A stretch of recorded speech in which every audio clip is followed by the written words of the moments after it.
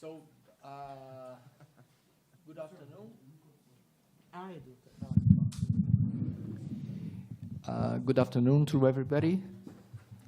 My name is Eduardo Marques. I'm a professor at the Political Science Department and researcher at the Center for Metropolitan Studies. And it's a great honor to open this seminar that will join IJURR family people, scholars, board members, friends, with local researchers from São Paulo.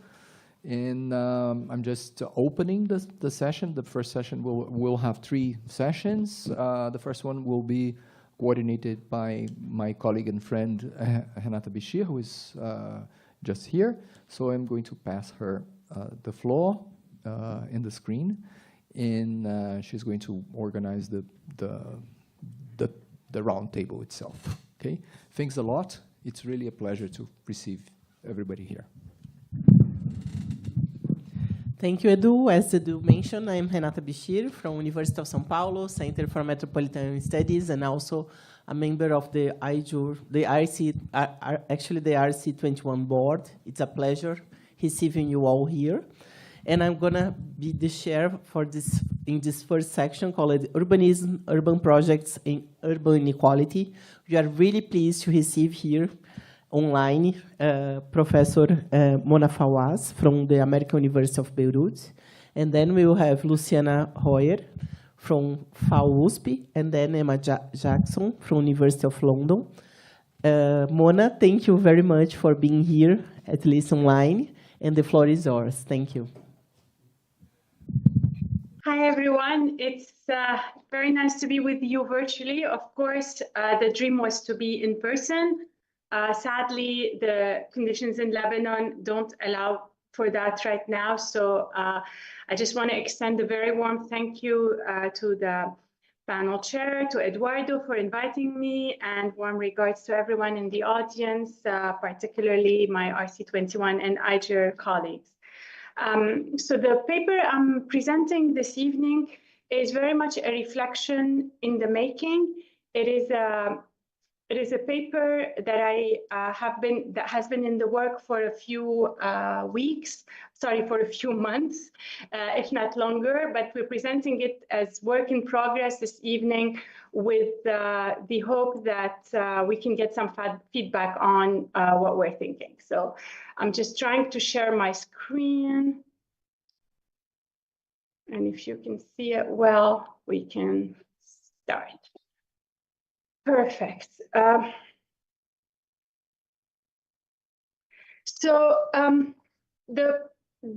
of you who are familiar with my work will probably have noticed that it tends to move in 2 phases over time. There's a phase in which a disaster has happened in Lebanon, and we tend to be very prone to those, in which moment I tend to engage planning with colleagues, with students in a very hopeful manner, looking for pathways in which planning can be useful for a recovery process. And after that, it tends to be a moment in which we reflect on what we just do. And these are papers on why planning failed consistently. As we see ourselves ready to, hopefully ready soon to start another post-war recovery, we rush to reflect on the experience we just finished from, which is the Beirut port blast. And so what I'm presenting here is an attempt to an engagement on the field, directly in planning, with one of the researchers and graduate student now program, Maria Rashha, who's actually with me here in the office. So there's a silver lining to being in Beirut. And we start from the project itself. So you seeing a top view of a half square, which is the title of the paper. It stands as an eloquent reflection of, we can see it here, as an eloquent reflection of the fractured publics in today's Beirut and Lebanon. So for over a year, the implementation of this small public square has been halted.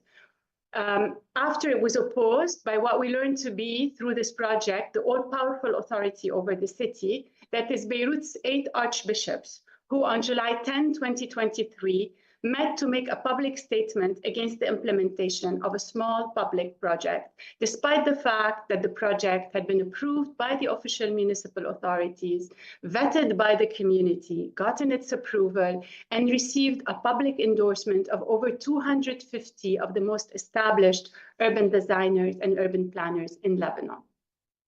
So let us just go back to context for a second and remind you that in August 2020, Beirut suffered what is considered the largest non-nuclear blast in modern history.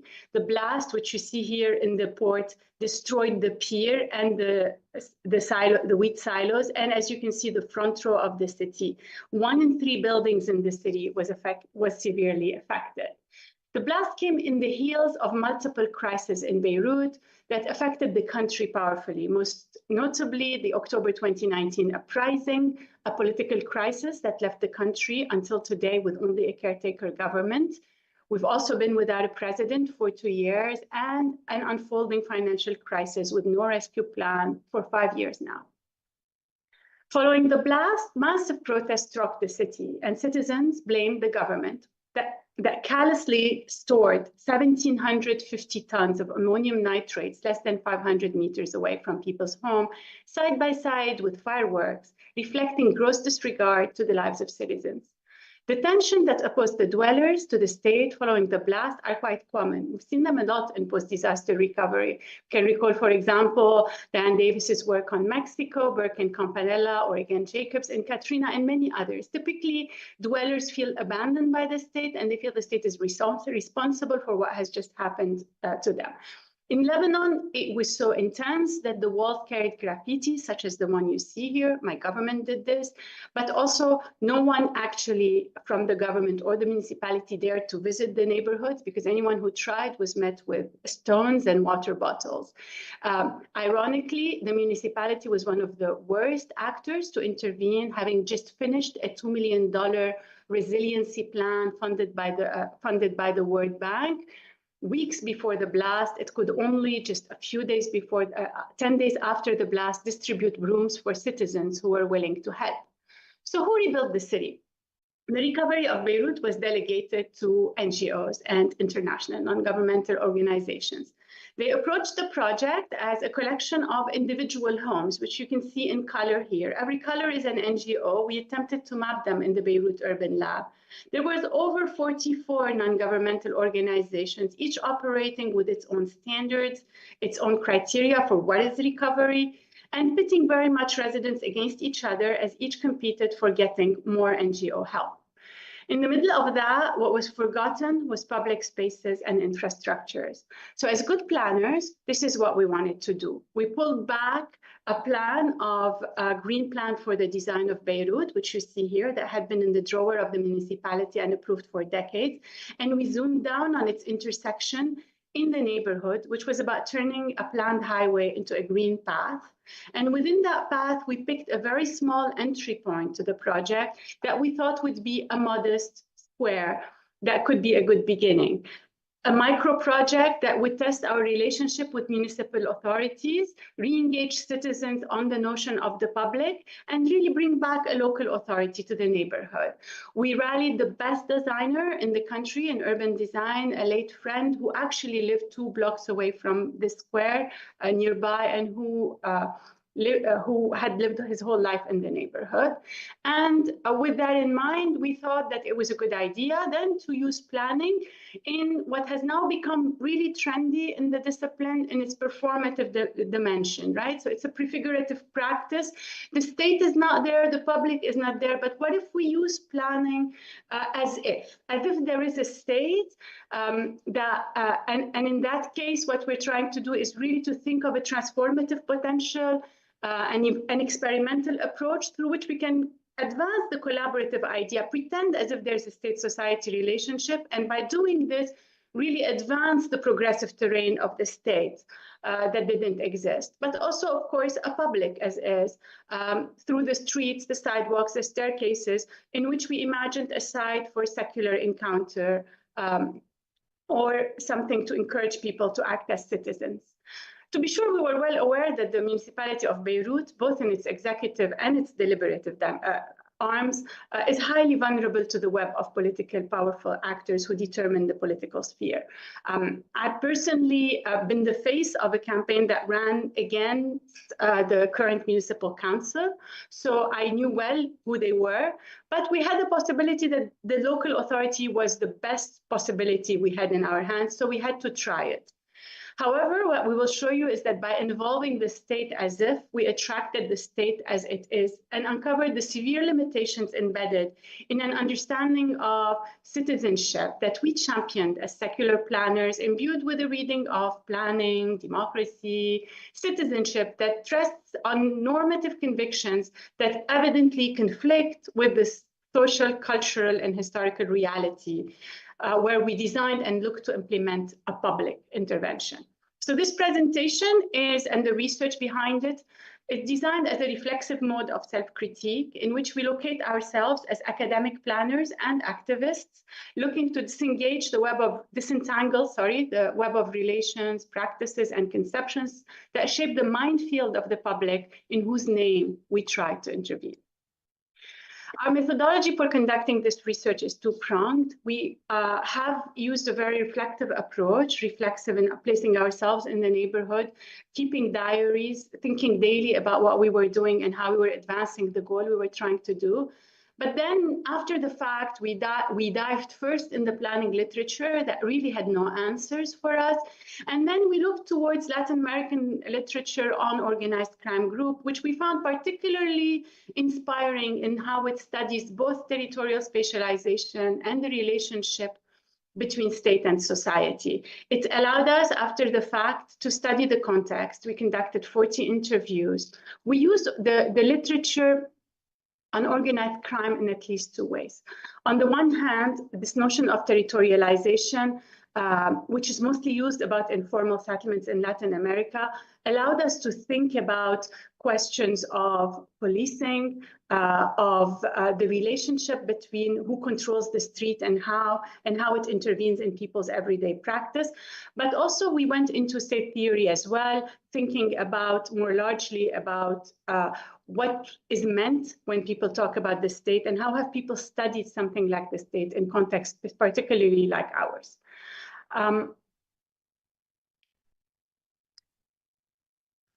And here's what happened. So the first phase was what we called the phase of courtship. It was a phase in which we acted like normal planners. We brought the best traffic, best mobility designers, the best architectural designers, best landscape designers. We talked to residents in their homes. We invited the municipal authorities to give their opinions. And we really secured all the permits with a lot of hardship because, as I had noted, it took a long time for the municipal authorities to actually trust us as activists in the city. They're normally used to us saying why they suck, not why we don't need to work with them. And we started the work, and for us, we thought this is when it starts. However, much to our surprise, 3 weeks into the project, we received the first phone call that turned into 2.5 months of total whirlwind, negotiations, mediations, protests, in which we confronted multiple actors, unraveling gradually that structure of what falls under the public when we talk about the public and the state in Lebanon and their interaction. We fought in 3 spheres. We fought in mediation behind closed doors and in rooms. We fought for public opinion in media and hearings. And we also fought on the street directly with residents, but also with strongmen who were kicking the workers out and preventing the project from actually happening. So the mediation was the first phase of encounter, and it was a phase in which we thought we could use a lot of deliberative planning. So I was pulling out everything I had learned in visioning back in my student years, and we were drawing models and helping people imagine what the square would be and explaining what their demands would affect the space and whether it would work or not. Very quickly, we realized that the technical was an excuse. No matter how many compromises we made and and versions of the project we proposed, and we're showing here too, but really there was about 10 iterations. There was nothing that actually was accepted. Every time we reached a deal, the second day, people, 3 or 4 people would be sent on the street. A protest of non-residents who would be dressed in black would be organized. It was very clear that we wouldn't be able to go on. I'll skip quickly because there's only 20 minutes to tell you how it ended. Again, much to our during that period, I think this is quite important, residents were being harassed. So people who had supported the project strongly began to move out of the project and hide it. People who would have expressed strong enthusiasm during the design phase, and when they first saw the project, would go out on TV saying that they were afraid of public space, that public space would attract refugees or homeless people, that street knife fights will erupt in the streets. But then when we went back to talk to them, they would say between their teeth things like, I have old rent control, they will kick me out, or someone from my family depends on medical aid. So we quickly realized a lot of things were happening that were invisible to us. We, on the other hand, did our best to attract support to the project by continuing to mobilize residents, but also by bringing in more and more professionals to the public sphere to speak on behalf of the project and endorse it. It all ended on July 10, when the bishops of Beirut met with a number of elected parliamentarians and took a public position mediated on the national broadcasting TVs that they were against the project and the project had to be stopped. The second morning, the city's governors told us that we had received what he called a carton rouge, a red card, which is basically in reference to soccer, basically saying we were out. Should say that throughout this post-disaster recovery, I, as a planner, had been with the governor almost daily, advising him on all sorts of public projects and supporting the municipality's decision, conducting studies in the lab, giving him a professional opinion. After that date, it was preferable that we don't show up anymore in the municipality. So this is where it's stopped, and just in the interest of time, I'll just take you to the second part of this presentation, which is how we started reflecting after the fact on this issue. What you're seeing here is our attempt to sort of then reflect after the fact on what had happened to us. And in thinking about that, it's important to consider how the planning literature has, if there's too much background sound, please let me know. There's a cat that just stepped into my office. I'm sorry. So in that attempt to understand what was happening, we go back to this planning literature that often describes planning as either bad and oppressive and shows planning to be, in the radical tradition, sort of the way in which people are oppressed, or again, that shows the state and depicts it as being the oppressive side of things. And we have radical planning traditions that speak on that side. Conversely, we also have the deliberative traditions that tend to say that you can solve things very much in relation to discussion and rationality. Both of these had really failed us. Conversely, what was interesting to us is to think through power and try and understand from what planning had proposed to us, how we can understand, or sorry, how the organized crime literature had introduced to us, how we could understand what had just happened to us. So what you're seeing here is a first map that shows basically the governor who had approved the project, the municipal council, the planner, and that's the two axes basically show the official level of power and the size of the decision making. We were pretty much operating as equals. We were present in all venues, and definitely the residents and store owners should be much bigger than this. So in the second moment, you begin to see that suddenly the decision makers became much more.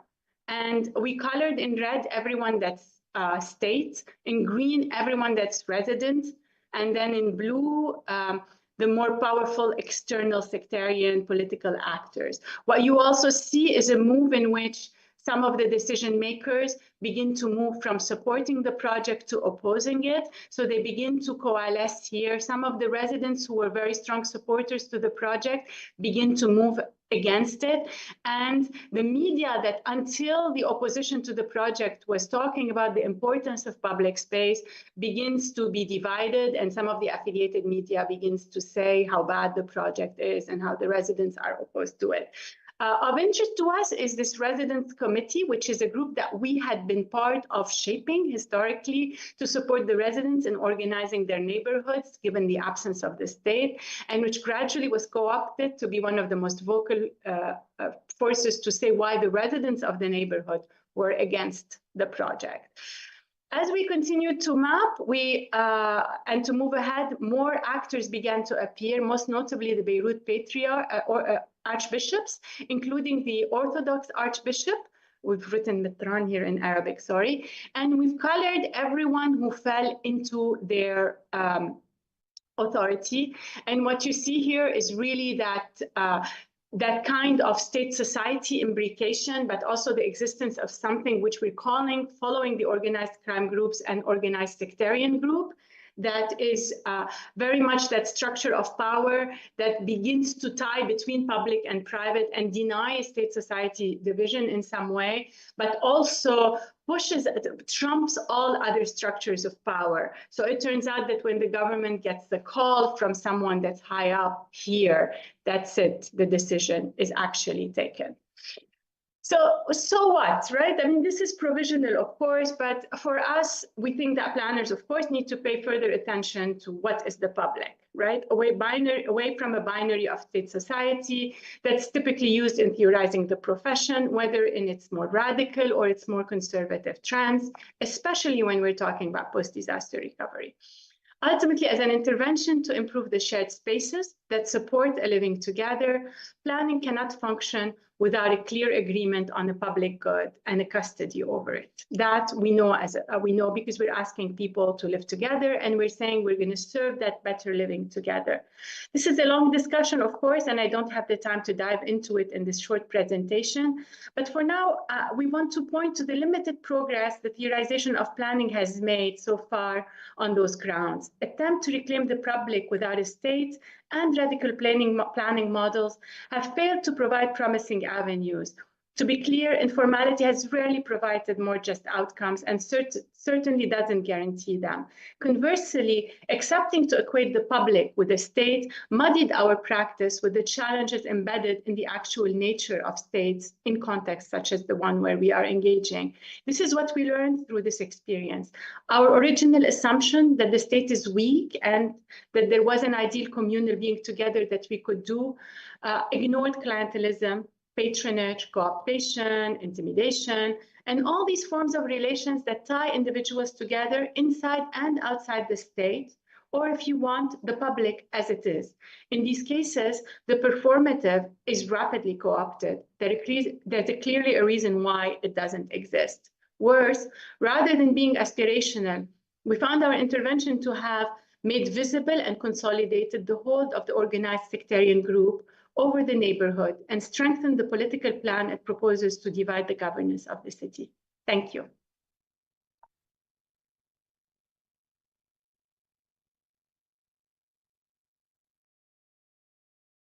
Now, I would like to call Luciana Royer, please, to join me. Would you like me to pass for you? Thank you. So you can sit here and great.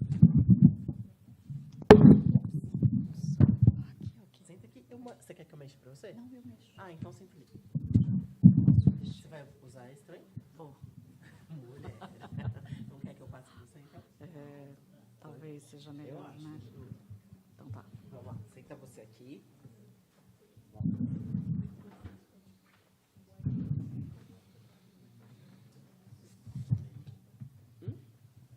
Eu vou. Trying to fix the camera. E abrir. Qual que é a sua? Aqui? Então, a minha direita é essa. Essa? Radicalmente à direita aqui. Essa? Um desses dois aqui. Essa tá escrito EMA. E o outro?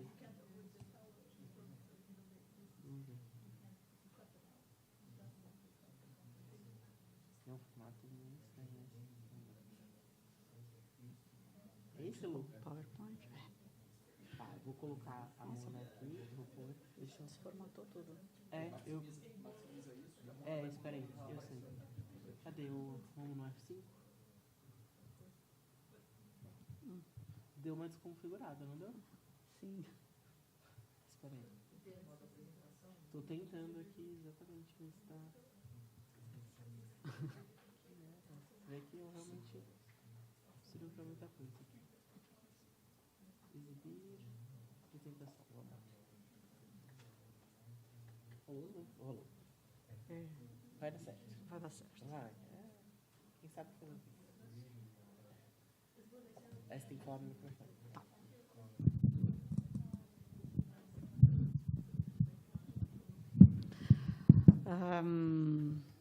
So, good afternoon.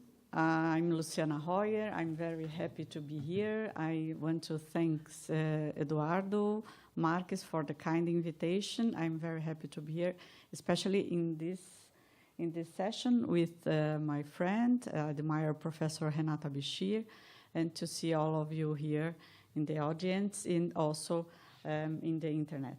I'm sorry because I think some of my presentation has this format. I really didn't write my name in this cursive letter. I'm sorry for that. I don't know what exactly happened. And yes, totally. I'm shocked. I'm paralyzed also, almost. Yes, and I want to talk to you a little bit about from where I come from, and then a little bit about this ongoing research and this, just like Mona said a little bit, a kind of work in progress from now, and some evidence from São Paulo, and then some challenges that I identified. Okay, so first of all, oh my God, it's really hard to me to see. I tried not.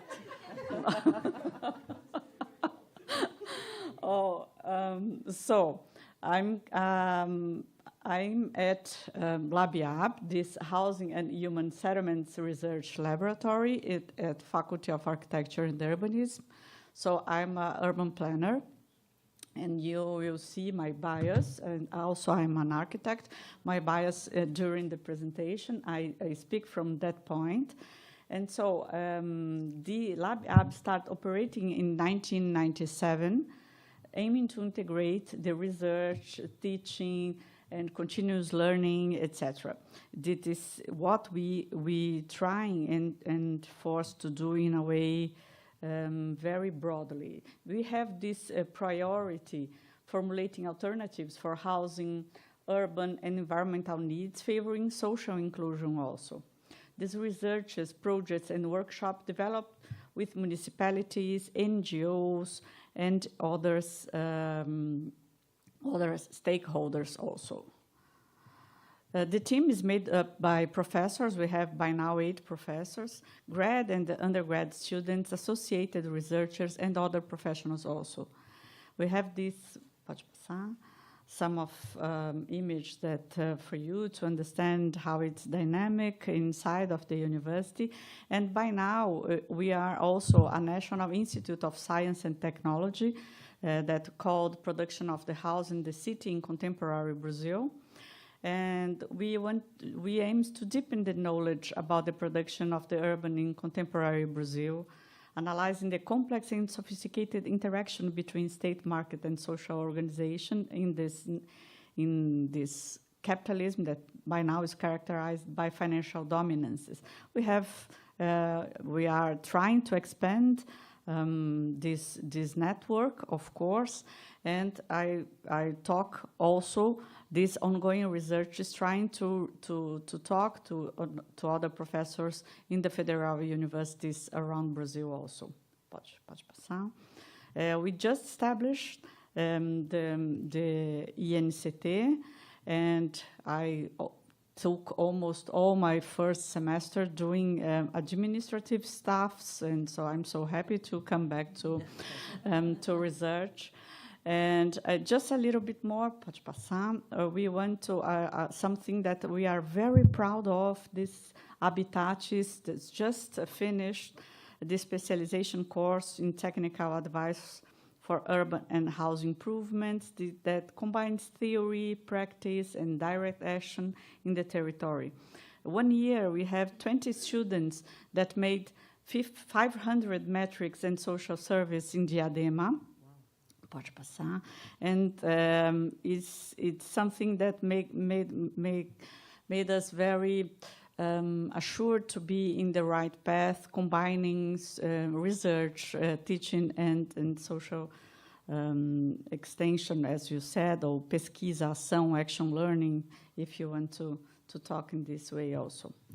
And I want to invite you to the next week, Urb Favelas, International Seminar about slum upgrading. Camila will be over there, and other professors also. It will be very interesting here in Alcântara, here at USP also. So this is where I come from, and this is my basis to talk to you a little bit more about my ongoing research. The aim here is of the next steps for my next thesis that I trying to establish and connect things is to bringing together multi-level governance, financial resources, public and private, public policies and space as a general method for understanding social spatial phenomena in São Paulo, trying to achieve. Perhaps for you that are from political science and sociology, it's a little bit obvious, but for us that come from architecture and urbanism, it's not. And so it's important to highlight this.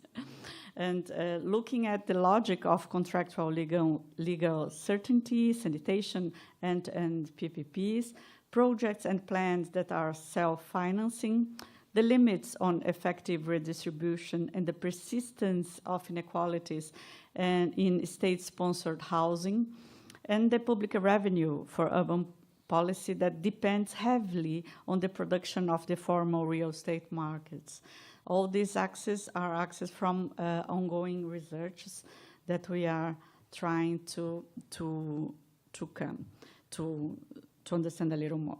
The challenges in understanding multi-level governance when studying the public budget, credit, and urban regulation is that because the currency and the credit is, of course, at federal level. And the urban planning instruments and sectoral policies are from regional and local regulation, local level, yes? But are there direct or mediated consequences for the structuring and production of space? Of course there is. But how we can measure, we can identify these regulatory changes, these instruments, what's the role and function of these instruments for housing and urban policies? And so this, we are by now 2 PhD under my supervision and 1 master understanding this implementation of urban policies. I just learned from some years ago with Professor Renata Bichir that's really important to look not only at the conception of the public policies, but at the implementation, of course.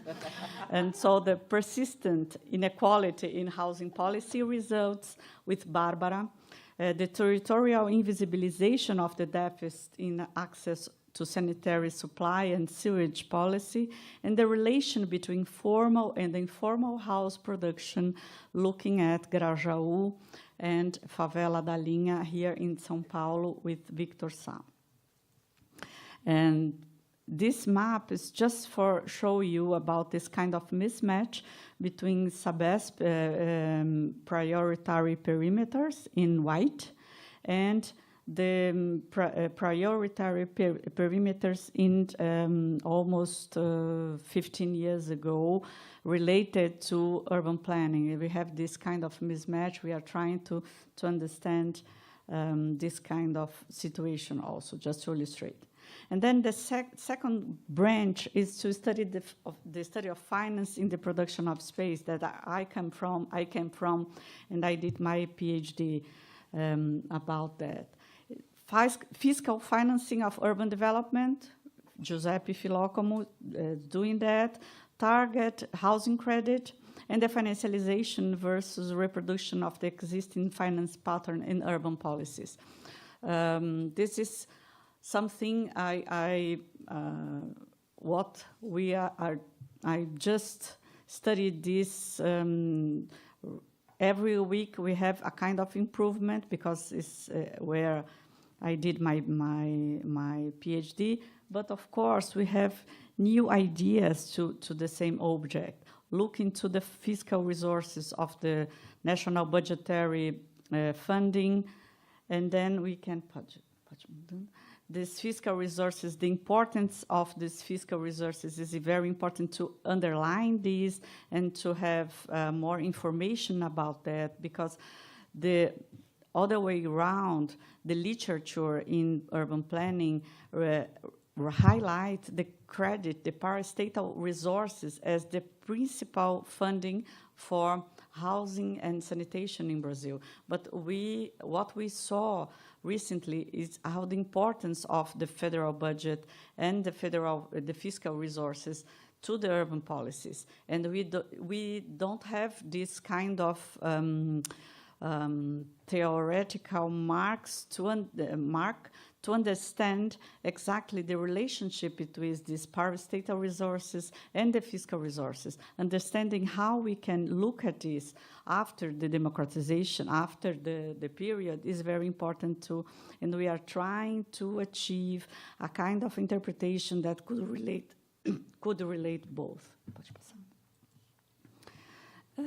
As you see, these parastatal funds have incredible numbers of housing units contracted during the early 2000s, and this is very important, of course, in the literature of urban planning.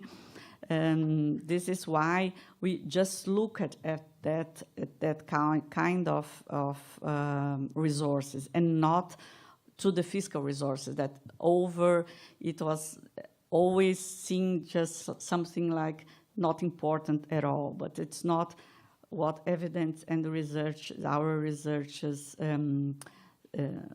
show us. Some evidence from São Paulo that I want to highlight to you today is about zoning, and fiscal and para-fiscal funds. Understanding the formation and consolidation of real estate expansion fronts and their relationship with urban policy, urbanistic instruments, and sectoral policies. Is there a relationship between changes in the national regulatory framework for para-fiscal funds, the expansion or retraction of property credit, property launches, and their location in the city? How we can relate these things? All this branch of researchers about fiscal resources and parastatal funds, and the other one looking to the change in the zoning and the urban planning in the last 20 years. The city context of São Paulo, I don't want to highlight this. I know that you already know this. But São Paulo is responsible for almost 10% of Brazil GDPs, which is one of the largest economies in the world. But we have so many poverty also in the city. And the apparent dissonance between wealth and urban poverty in the context of climate change raises questions about the public spending and the production of policies from a multi-level perspective.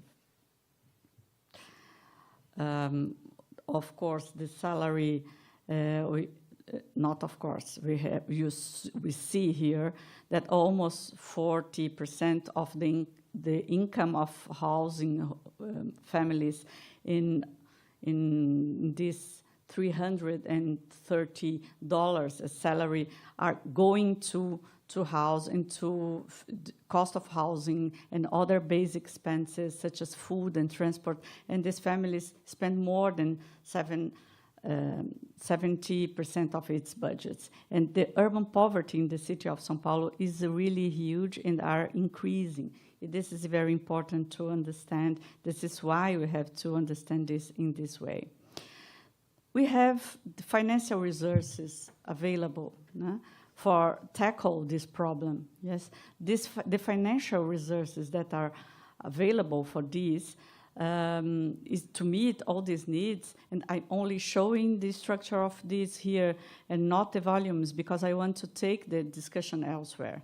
The financial resources available for local housing policies come from various sources. Through Brazilian federalism, taxes collected at national and state level can fund local housing spending also. Local government can also generate revenue and fund local housing policies. The local financing of São Paulo housing policies is based on public funds, the Urban Development Fund, and the collection of the financial counterpart. Pode passar? Yes, the mainly public funds for urban policies in São Paulo. Fundurb, Urban Development Fund, collection of financial counterparts linked to the right to build. The FMSI, the Fund for Environmental Sanitation and Infrastructure, that is come from the concession contract for the environmental sanitation services in the city. The FMH, the Housing Fund, the resources allocated from the municipal treasury defined for this purpose, and the free resources from the city treasury. The analysis of public spending and housing policy suggests that state actions are conditioned by how public revenue is generated, posing challenges to addressing the housing needs of the poorest. This is why it's important to look at the funding, and I'm always go through this path. Moving to the São Paulo urban planning trajectory very, very, very briefly, we can see we are, in a way, very recently. I would like to emphasize that we experience with so-called strategic planning in Brazil. This experience is relatively recent, approximately 20 years after enactment of the city statute law, which regulates the constitution in this area. It's important to highlight what zoning is, and for the point I want to make here, this brief historical context is important. We have this first established after the zoning. Despite the changes in the conception of master plans that we have seen in the last 15 years, zoning is still the predominant urban planning instrument, and in a way, is what makes the master plan operational. Okay, the practical reasons for that is because it has a direct and immediate effect on land values. It provides concrete parameters for project approval, a kind of typification in legal terms, and is the application by technicians and a direct interface with the real estate markets. Zoning as a consolidated historical instrument and a certain permanence of the zoning culture. Why this is important in 2024? Because the perspective of historical institutionalism helps us to understand how zoning became a practice independent of planning. And the evidence of the formation of a specific technical body for zoning in the municipality, consolidation of zoning as a daily practice, and the autonomization of zoning in relation to comprehensive planning, even to the strategic planning. Today, zoning, in combination with other instruments such as PU, etc., act in such a way as to bring about a selective transformation rather than comprehensive planning, even though it applies to the whole city. And this is what the importance to look to the local regulatory framework, the federal and local resources, and trying to understand this relationship, looking not only and to the master plan that's so important to the urban planners and the architects, but look into an important instrument that is the zoning law. In the zoning law and the zoning as a technical instrument. The zoning as a technical instrument led us to the implementation of urban policy by projects, not zoning alone, of course, but we can see how the relationship between this project and the planning through projects were combined with this fragmentation of urban intervention and customization of patterns could lead us to these new forms of contractual packaging, as Hako said. The urban projects divided into vertically organized and deliverable units. We have these urban intervention projects that have this flexibility on a case-by-case basis, direct negotiation with private agents, customization of urban parameters, etc. And also these territory-specific contracts with own financing mechanisms. This led us to see the result of this is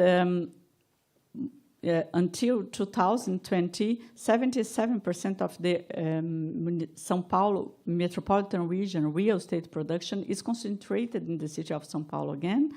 But of course, the built-up area that I'm talking here is from real estate developers. It doesn't encompass the entire built-up area of the city. And the axis, the kind of zoning that we have in the eixos, we call it in Portuguese, cover until 2019, it's responsible for 42 of the built-up area and 53 of the total sales of these real estate developers, and the 53 of the developers until 2019. It's very important to highlight that is, of course, not all of the entire built-up area of the city. The result of new specific arrangements between public authorities and the market, and this target the regulatory flexibility, creation of the regulatory exception zones. That is very important. I'm trying to establish, and I present this as an example for you today. The new urban planning instrument as facilitators and the contractualization of urban transformation. Okay. So I want to just to brand new from August, we have this mismatch between, I want you to look to the second map of the population, 2010 and 2022, and then the domicilios, dwellings, in the last map. We have this in blue, in the second map, we have this population that didn't grow, even decrease. And the last map, we have the dwellings that rose in a very significant way. And so we have this, we can see this in the public space of São Paulo. I just show us a very famous avenue in São Paulo. But what I want to highlight here to go to the end is the inability of the master plan and the zoning to control density. Districts with the same zoning have very different population dynamics. Areas with density incentives do not necessarily result in population densification, and high vacancy in well-infrastructured areas, even with favorable zoning for occupation. Consistent growth of the built stock with little direct and causal correlation with master plans and zoning are shown also by Marques and Minarelli. But what I want to highlight here is if it does not work to the total amount of the built stock, it works very specifically in selected areas, which led us to a kind of new interpretation of the role of zoning. Conditioning, but not determining instrument. Establishing parameters, but does not effectively control the production of the space, interacts with other instruments and thermodynamics, and has so limited effectiveness without articulation with other policies. And just to go really to the end, I want to summarize that this special concentration is due to the selectivity of contractual arrangements, the reproduction of inequalities via contracts, and the fragmentation of governance. High vacancy rates in well-infrastructured areas, perhaps Anacanos hollow seat phenomenon. And then the deepening, we can see, we have to measure precisely, of course, but we can see a deepening social spatial segregation, differentiation of contractual arrangements, investment selectivity, privatized management of benefits, and the fragile social control and opaque arrangement leading to dispute and emptying the notion of public interest. Of course, I realize that I have so much content to you today, but it's my time, my head by now, because I'm just reaching the point that I could see so many things related, and I could only bring this big mess to you today in order to discuss and to go further a little more. Thank you very much.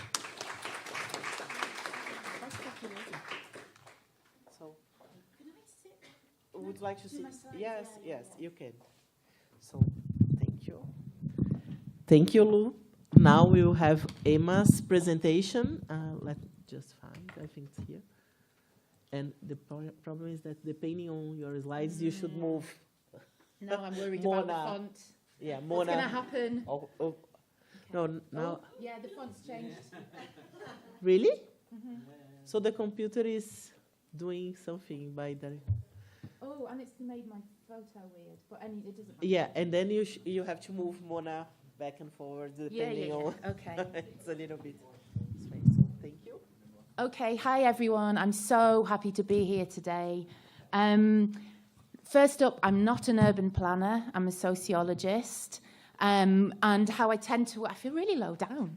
How I tend to work is looking at small spaces through ethnography, to look at some bigger questions about the urban. And I studied a whole range of spaces in London, from day centres for homeless people to middle-class neighbourhoods to river spaces most recently. Underpinning all of this is an interest in how do we do belonging in cities? So not just something that we feel, how do we do belonging in cities? And how do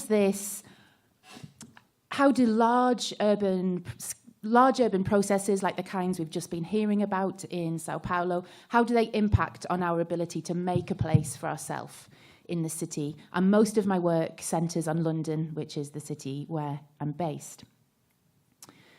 To break down these...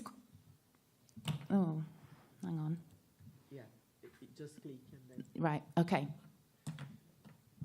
Just move Mona. So to break this down in my work, I look at 3 levels of urban processes, and that's not to say that they're separate. We know each level interacts with the other. But firstly, I'm interested in that macro level that we've just been looking at, really, about how judgments over urban space, how judgments over class and racialized judgments feed in to some of these big-scale urban planning moments, and how do these judgments about what's of value and what's not of value shape development plans. I'm interested in that meso level also, on how people shape place in their own image through forms of community action. So, for example, in this talk, how people rally together to make different claims for a space based on, in the first example, on multicultural and diversity, and in the second example, heritage and art. And then I'm also interested in that micro level. So how belonging unfolds in places through everyday practices, and and how, again, class and forms of urban multiculture unfold in and through place, which can involve forms of exclusion and conviviality. So this part of my work involves zooming in on the minutiae of how spaces work, what's the rhythm of the space, who uses it, and how. I'm not going to talk much about methods. I love talking about methods, so if you want to ask me about ethnography later, please do. And then something on leisure spaces. Why am I talking about leisure spaces in London? So I think my interest in leisure spaces brings together these three different processes of city making, and it comes from a place of arguing that we don't only live where we officially reside, but rather that our sense of belonging is made through our interactions with others and with a range of spaces that we move through, some of which have particular resonances for us. And this becomes particularly important if you live in a small space in a big city, okay? You know, you need these spaces in your life. And I'm thinking now of the work of Talia Blockland, who's handily here, so you can ask her about this later. But she did some great work about the impact of COVID in closing down these public and semi-public realms that, for many of us, we need that. So I think coming out of that moment, we're maybe more attuned to the role of these places and why they matter. And then zooming out to that macro level, as I was saying, I work in London, and there have been widespread reordering of the city, processes of the demolition of social housing, and the rebuilding of more mixed developments. The example of... In the example of the Elephant and Castle, a wonderfully named area of London, where the Haygate and Aylesbury estates were demolished. On the Haygate estate alone, more than 3,000 social tenants were displaced. But there's also been a parallel process of the reworking of public spaces and of leisure space alongside this. And this is in the context of austerity urbanism and the closure of other kinds of public realms, so community centres, youth clubs, which again means that these ostensibly commercial spaces take on a new kind of residence because there's no community centre, but maybe you can find your community at the bingo. So in the case of the demolition at the Elephant and Castle, the shopping centre was also demolished, which housed a bingo hall and a bowling alley. And the campaigns to save these leisure spaces went hand in hand with the campaign to save the housing estates. So I think this highlights the role of these spaces beyond acting as spaces of consumption. The bingo hall in particular provided a leisure space for the elderly, which was drawn on in the campaign, but particularly elderly black women. So the process that's happening is not just a question of leisure space in general being demolished, but the devaluing of leisure spaces used by people from low-income and minoritized backgrounds. And certainly we see the logic of capital winning over other competing ways of valuing a space. And some of the leisure spaces that have come under threat in London in recent years are often places like pubs, bowling alleys, music venues, bingo halls. These are big places, okay? Bingo halls are traditionally in the UK, they're big. But the land value in London is very high, it's very inflated, and the potential to extract capital through real estate is very high. So these are often prime sites for redevelopment. Underlying my talk are a couple of key conceptual ideas, but I'd rather that you just think of those in the background and hammering them home. But the idea that space is dynamic, I'm influenced by, I can't seem to shake him, but Henri Lefebvre, his categories seem to influence the way I approach space. But his categories aren't exhaustive, so I also reach always to my favourite, Dorian Massey, from whom I take that space is multiple and always tied to elsewhere and dynamic. Within these processes, today is, I'm trying to talk across a few different projects, so we'll see how that goes. But I want to also follow Bev Skegg's work on value and the competition sometimes between value and values. So value is a slippery concept. It's variously used to convey economic value and moral, cultural, qualitative and difficult to measure, as Skeggs puts it, values. And I find thinking about the competition over value and values and different kinds of values a useful way into thinking about how judgments are made about urban space and attempts to save them. So in the talk, I will talk about how conflicts over the future of urban space play out through clashes between competing ideas about value and values, where the high economic value of the sites comes into conflict with different competing social, cultural, and in one case, if I get that far, ecological values. But first, I want to take you to a bowling alley for my first example. Let's go bowling. So these are my three examples: a riverside park, a bowling alley, and a rooftop bar. I also hope that these examples might chime with examples in Sao Paulo. Okay, so I'm not a planner, but I do have a picture of a planning vision. Mm-hmm. So the bowling alley is on the left of the slide. It's inside. It's very Americana-ish, so it's neon and it's chrome. It's a lively space. It also contains karaoke booths, a games arcade, and pool tables. But while the inside is quite American pastiche, the social and ethnic diversity within the bowling alley mirrors the neighbourhood that it's part of. So here you have a child's birthday party over here, and then a works night out here, and then two awkward people on a date here, and then the bowling league here. It's that kind of a place. It also has a disco on a Friday and Saturday night. Mm-hmm. It sits on a busy interchange in Finsbury Park in London. In the neighbourhood, there's a strong North African presence. There are also a lot of African and Caribbean beauty shops, but there's intense development around this area. It's on the cusp of the boundaries of 3 different local authorities, which becomes important. So in 2012, arguing that the area had long suffered from a lack of intervention because it sits on these administrative boundaries, the local councils decided to remodel the town centre like this. So here we again at that macro level, where the bowling alley was discussed only in the planning documents as something that blocked the views to the park. So this path here on the planning vision is where the bowling alley sits. So the plan was to increase views to the park and to build some high-rise flats. And this moment takes place in 2012 in the context of large cuts to local council budgets from the then coalition government, the beginning of austerity urbanism in the UK that has further spiralled.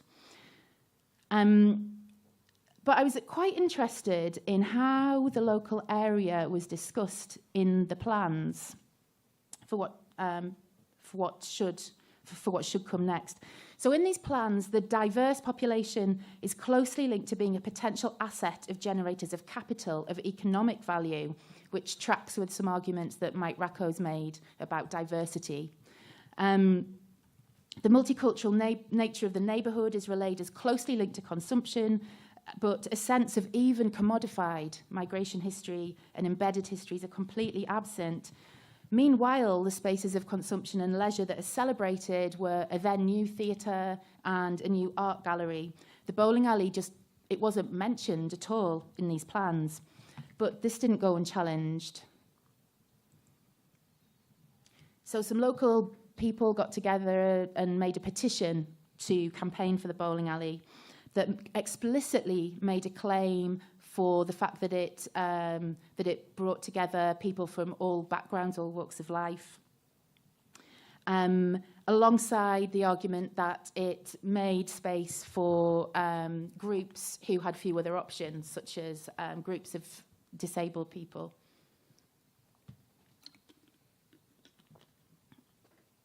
And it did this very successfully. It got a lot of publicity. I also got really interested in the petition as a realm for telling other kinds of stories of social value and what was valuable. So the comments became a place for expressing the social value of inclusive and mixed space. Where else would you get a DJ that does a shout out to the Algerians in the house? And a key theme in the comments was also what the space was worth, but alongside a critique of gentrification in the area. And you can see here in the second quotation, someone that works with young people with disabilities who regularly took that group to the bowling alley. In a further development, the people that set up the petition, oh no, there's another bit first. Through conducting ethnography in the bowling alley, I also found and participated in how the bowling alley both produced the space but also acted back on those who frequented it. I found that it embedded the bowlers in space, and not only the bowlers, some people use this place as a social club and just hang out. Teenagers, I've seen teenagers take their homework there. And they also, I saw people who enacted connections across time and space, bowlers from the US or Australia, who it gave them that sense of a connection to home. And I pulled out some of the themes as well, but I won't talk about those because I haven't got time. I wrote about it, so I can show you the paper if you want. But then, the people who did the petition went on to use measures provided by some legislation, the 2011 Localism Act, to apply for the bowling alley to become an asset of community value, which I find a very interesting thing. It's ostensibly for safeguarding places that further the social well-being or social interests of the local community. And what this does is it means the community, so a group of people who gather together to ask for it, can register a place like a pub or a daycare centre, a park as an asset of community value to stop it from being bought and being developed into something else. However, what it does is it gives the community the right to delay the sale of an asset. So you can say, hang on, no, this bowling alley, we need it listing. And then they say, okay, you've got 6 months to get the money together in your community to buy this, to buy it. Okay, so there's all kinds of questions about who is the community that can buy the bowling alley. There are some examples of this being done successfully, such as the Ivy House in Nunhead, a pub. But usually what happens is it doesn't get further than the listing. The listing is a way of saying this is valuable, but yet to actually change what's going to happen, you need to amass some actual capital. So I'm very interested in this mechanism. Okay. The bowling alley is still there. It ended up not happening, but it's not, nobody said, oh, this is safe forever, and there's a lot of development pressure in that area. So we'll see. I'm now going to take you across the river with me to Peckham in southeast London, the best bit of London. This is a place that is changing all of the time. As a, you know, yes, space is dynamic, but Peckham is it changes all of the time. It's changed by factors including state-level large regeneration budgets that happened in the 90s, large infrastructure projects. So the East London line was extended out to Peckham, connecting it to cool East London and the centre. It's also shaped massively by waves of migration, most significantly in especially the 1980s, people from West Africa, particularly Nigeria, and it's known sometimes as Little Lagos, the centre of Peckham. There's a lot of change going on at the minute, a lot of redevelopment. The local council, Southwark, have stressed the need for more cafes and restaurants. And there's also strong corporate interests at play that are playing a significant role in planning and implementation of transformation there. Like in Finsbury Park, there's also considerable local pushback and monitoring of these processes. So I first encountered Peckham as a researcher on a project about the middle classes in the city, which was comparative. We were looking at Paris and London. And then Peckham was our example of a gentrifying neighbourhood. We poked around and there was lots of skips with stuff in it, and we looked at house prices and we're like, oh, I think this is gentrifying. But then I moved out of London for a while, and when I came back, The Guardian ran a series on the gentrified world, and to my surprise, a rooftop bar in Peckham was used to signify not just gentrifying, but the gentrified world.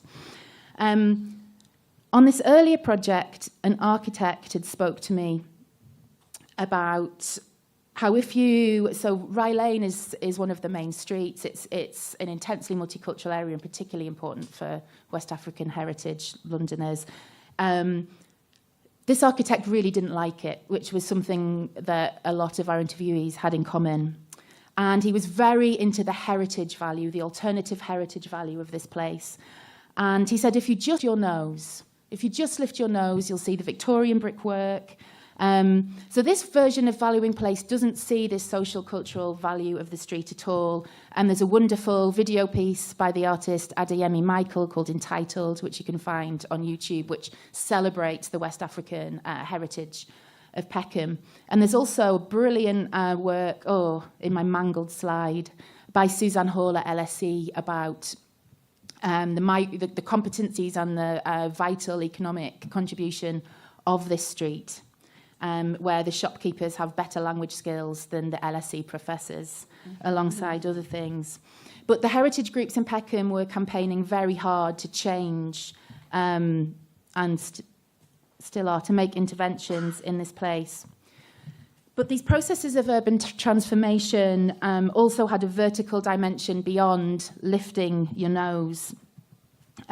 So to go back to that image of the rooftop bar, there was a whole bunch of rooftop bars and rooftop spaces opening in Peckham, which I thought maybe in Sao Paulo you have something to say about that. This is in some ways a classic tale of rooftop bars and art spaces replacing industrial and warehouse spaces.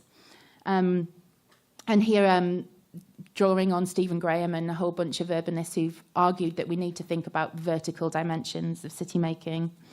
These high-up spaces in Peckham offer wide views across central London, the Shard, the London Eye. And as these spaces have emerged, there's this parallel process of high-density social housing has been pulled down, and new plans to build luxury high-rise housing has been contested on the grounds of obstructing the view from the bars. So this is where it gets a bit complicated. The building which started all of this is the Peckham car park. It's council-owned, multi-storey car park that has been, about 6 years ago, listed as an asset of community value. It's home to a rooftop bar, a gallery and a theatre on the top levels, and then a recent co-working leisure and retail complex in the middle, and an independent multiplex cinema on the bottom. The independent multiplex cinema, if you're ever in London, is the cheapest cinema in London. You should go. It's also where you see an actual cross-section of the local people, where the higher you go up the building, that changes significantly. So these spaces, they're high-up spaces, they're photogenic, they're Instagrammable, and also key to this experience and key to the representation. So there's been some articles written about this in Vogue and all these other places. And they work through this surprise that, this is in Peckham. It's like this on the ground, and then you go up high and it's really different. So it's a way of sort of being in Peckham, which historically has been highly racialised and stigmatised without being at this street level. So in 2015, a campaign arose to save the Peckham skyline, which was an objection to the plans for redeveloping a shopping arcade, then owned by the BlackRock Investment Company and Tiger Developments, involving the construction of a 20-storey building. So that was the skyline. The skyline in question was this view across to London. However, who are these spaces and these views for? On the project where I with Francisco Calafate Faria and Nicola Benson, we did interviews and spent time in these places. And we spoke to Ashley, a worker in the local library. He was a black man in his 20s who'd lived and or worked in Peckham his whole life. And he talked about how he was made to feel like he didn't fit in these spaces. So these spaces, they're not that heavily securitized, but he describes how feeling uncomfortable had led him to turn down invitations to go to these rooftop bars. His reflections, so now we're going back to that micro level of feeling uncomfortable in these spaces, are telling of how power functions through these atmospheres, revealing about what is going on at a more macro level, where spaces are being made in the image of young white middle-class consumers. So in 2016, the council said they were going to demolish the car park.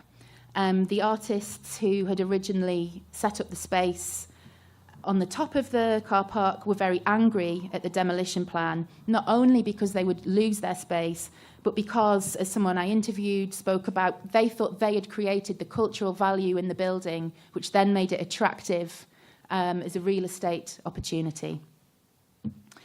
Community groups banded together and, as I said, got the building listed as an asset of community value. But more significantly, because, as I mentioned, this measure isn't that useful, the council committed to agree to leave it for 25 years.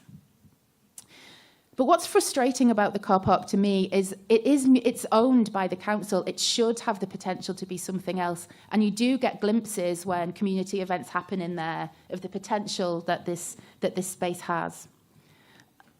Okay, I'm not going to talk about this very long because I think I'm running out of time. Yeah, a little bit. So I won't spend much time on this. This is where my current research is, so I had to bring it in. And this is about river spaces in Lewisham, in southeast London. Most of London's rivers are submerged and many have been integrated into the sewage system. But in Lewisham, in South London, there are long stretches of urban river that are increasingly being opened up. And my most recent project examines how river spaces are produced by informal and formal practices, including how they're imagined in local documents, their maintenance by local river groups and daily routines of local people. Now, these are less obviously commercial spaces, but because a lot of development in the borough are near or on the rivers feed into these future imagined leisurescapes. In this context, Lewisham's rivers are being deployed as a marketing point, selling new developments, raising questions locally about who the new homes. So you can see the Lewisham Gateway development on the right, which are quite flashy, tall apartment blocks. So the rivers are portrayed in the development adverts as giving this pleasing backdrop to social and community life. But our study on river spaces across Lewisham shows this dense web of social practices that go on around the rivers, from maintenance and care work to practices of spirituality, to pulling out of the rubbish and weekly cleanups, to daily interactions of paddling in the river. People do that, dog walking and play. So harking back to the bowling research in this project, we've also traced belonging and becoming. So through how participating in these spaces, people are embedded into them and change how they feel about them. But in this recent site on the right, we see almost all of these activities designed out, and access to the river itself prevented by fences. And despite looking like public space, it's controlled by a private company. And what I find interesting about this space is that local river groups have made some wins in influencing some ecological aspects of the design, so the river bed or how the river curves, but they haven't been successful in making the point that people need to be able to access the river at all.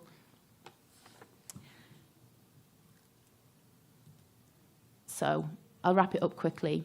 So we're seeing that an enhanced role of developers in London that's reshaping spaces of leisure in the city. But this prompts different kinds of pushback from local groups, and it impacts on people's sense of belonging in multiple ways. I won't go through all the examples, but in them we see how value and values are mobilised in different ways.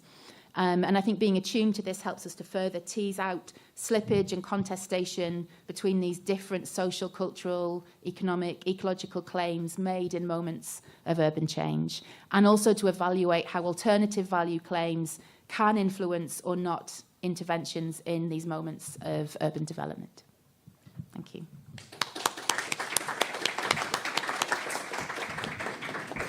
Thank you very much, Emma and everybody. Before we open for questions, I have only a few comments.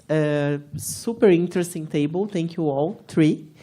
And I would like to push you a little bit in order to connect the discussions and also to connect with the presentation I'm going to make. So it's totally self-interest, but it's always like this, right? So my first general question is how we can theoretically and methodologically connect the macro and the micro levels. You know, you all three talked about this in different ways and trying to think about different things. But I think a general challenge for us is how to use multi-level governance beyond an umbrella concept, you know. And in the case of Mona, I hope you are listening to us, but I think you are. It's super interesting to see the connections between different types of actors, but I was wondering how they change from the decision-making to the implementation, because it's super interesting to see how the inhabitants get against the project. And I was thinking about the role of events and ideas and how events can change the policy projects, and this is quite interesting. And could you please talk a little bit further about the supranational level, for instance, the international organizations you mentioned at the beginning, and how they play a role in this history you are telling us? For Lu, super interesting and super challenging to connect the theory and the practices, right, as we all know. So, yeah, and sometimes I'm thinking that we should review the way we normatively think about the city and what type of city living are we think about. But more specifically, how do you think these different urban instruments are contributing or not for this fragmentation you are seeing, you know, because we have so many different instruments playing at different levels. So how they are being played and how they are, you know, and how could we seal all then, or at least to try to integrate all then. And Emma, for sure, I would like to hear more about your methods and how you are using ethnography to connect the macro, the meso, and the micro level. Super interesting. Thank you. And now we open to questions, comments, and then we go all the way around. Who would like to start? Edu? People is always shy, so somebody has to. Okay, Thelma, you should have to use the mic, but yeah, it's okay. Come here. You are not shy. You are not. Isso, usa aquele. Pode olhar para ela. So my question is to Emma, and I do share the interest to zoom in the minutiae, as you called. And I do face this, it's basically catching ahead from Renata's question, and I do face this challenge of connecting the macro, the meso, and the micro. And so I'm particularly interested in your presentation, if like reshaping spaces and value, if you have perceived, or if it's of your interest on how that also reshapes perception on politics, that might be a way of connecting. You know, we go from the macro, meso, and micro, and sometimes, at least for me, it's so hard to go back to the macro and make this connection. So I was wondering if this appeared in your research. Edu, and then you.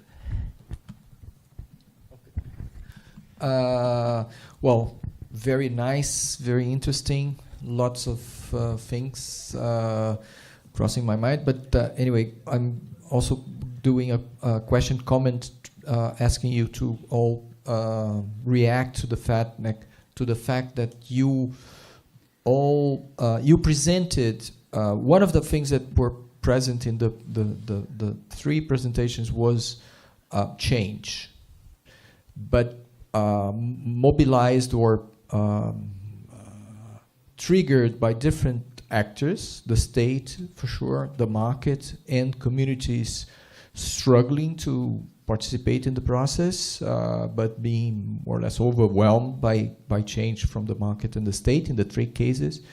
But they were very different kinds of change. In the Beirut case, fast, disruptive change produced by external disasters, actually, the war, the blast and everything, and then slow and inertial change produced by the state and the market and the community. In the case of São Paulo, slow and in a kind of inertial change produced mainly by the market, with very, very low presence of the state. And in the case of London, something which is in the middle in terms of the size and the speed, but with a very strong drive through the market, and is the main in the state struggling to go against. So I would like to react to this and to connect the street. You, please. It's a question mainly for Mona, but maybe I can also connect it a little bit to Luciana. But it's a question also a little bit on behalf of Gabrielle, because we were both listening to your talk, Mona, and thinking, yes, it does resonate so much with what we know of organized crime and urban development and politics. But one thing that popped, well, I should speak mainly for me, but we were having this conversation. Did you, as planners, consider going straight to the bishops? Because thinking of it from a Jamaican, I think also Brazilian perspective, to cut out these important actors or to ignore them is almost, I don't want to say looking for trouble, but if you take also planning as a process of taking different stakeholders into account as you look for spatial change, how did you not, like, wouldn't it at some level have been more maybe problematic, but pragmatic and perhaps effective to go not to the governor, but to the sectarian actors first? Because in Jamaica, and I think also Brazil, the criminal leaders love to take credit for this type of project, so to co-opt it. So at some level, that would have been a more effective way to get it planned and executed, but of course with other. So we just wondered, did you consider doing this, but also what type of implications would that have for your conceptualization if you take them on board as not necessarily illegitimate, but just de facto urban power holders? And if I can make a very quick link to Luciana, we were also wondering, in your consideration of housing development and policies, do you also take, you mentioned informal housing, informal settlements, but what about informal governance actors? So if you're looking at multi-level stakeholders and also looking parastatal, what about the PCC? Are they also part of, if you think about their role at some level in housing and urban development, do you also need to take that and informal fiscal practices on board of your conceptualization? Thank you. Anybody else? So now we can go back to Mona, please. Sure, thank you much for the questions and for involving me, and thank you for turning the camera and getting me to see who's in the room. It's great to see everyone. I'll tie all the questions actually together. They come nicely together because if I start from the end and the question of the bishop.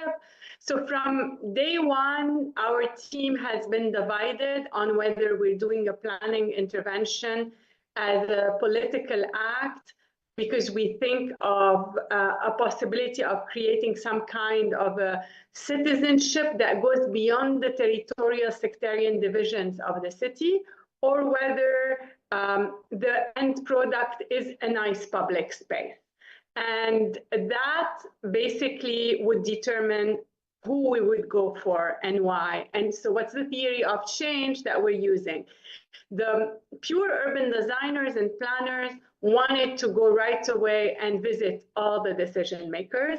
And I am on the other side. So I see planning as a disruptive, I'm trying to use planning, I should say, so far unsuccessfully, as a disruptive force. And so I don't want to go to the Archbishop, because I want to use planning as a framework to be able to create different coalitions that resist this sectarian division. And remember, Beirut is a minefield that way. We've had the civil war. So the cross-religious coexistence is critical for the identity of the city that we're trying to sort of push. Now, halfway in the project, when we were stuck in the road and the workers were being threatened, a group of us went to see the bishop.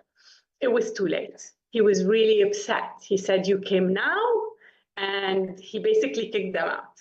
So that's to say that it is probable that if we had started with the Archbishop, it could have been a different story. But if you're using it as a strategy for change, it doesn't really work. And I think this kind of connects nicely to this whole story of what do the INGOs do. I mean, one of the worst part of delegating all the post-disaster recovery to NGOs and INGOs is that that creates at macro level some kind of legitimacy for state actors that have no relationship to the ground and who start discussing with the head of the World Bank and all the leaders of the UN bodies visions for the future, where they keep involving you and they create some kind of legitimacy for those actors without any grounding.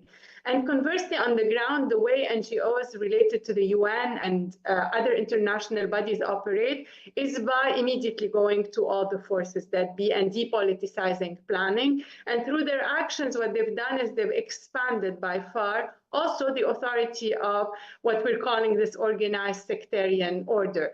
And really, the organized sectarian order is not very different from the organized crime groups. I mean, they threaten, they hit on the floor, on the ground, they are armed to some context, and they have a vision of carving a territory that is under their control. So they're not, it's not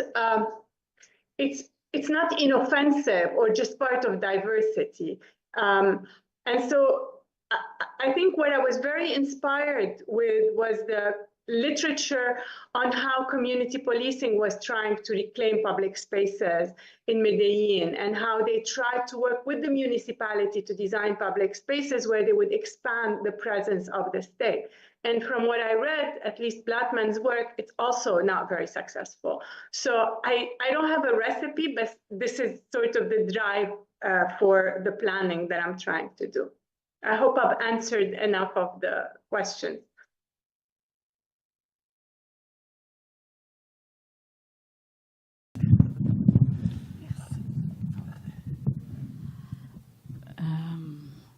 So thank you very much for the questions and for your comment also. And I just want to highlight that this is a hearing, an audience that values space and territory as the starting point for articulating all the levels of policy. I'm used to talk emphasizing the space and the territory as the starting point. It's not so obvious, just this for us, all of us here. So I don't need to tell you how important it is to look at the policies from a spatial perspective.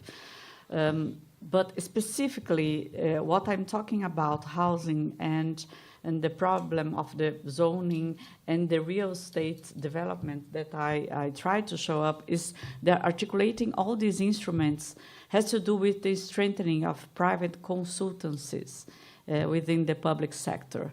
And they are even day by day very important to understand what's going on. And I could talk a little bit about the weakening of the state, but it's not exactly a weakness of the state, perhaps sometimes a choice of it, but for sure the strengthening of the private consultancies is something that we have to highlight and to understand more.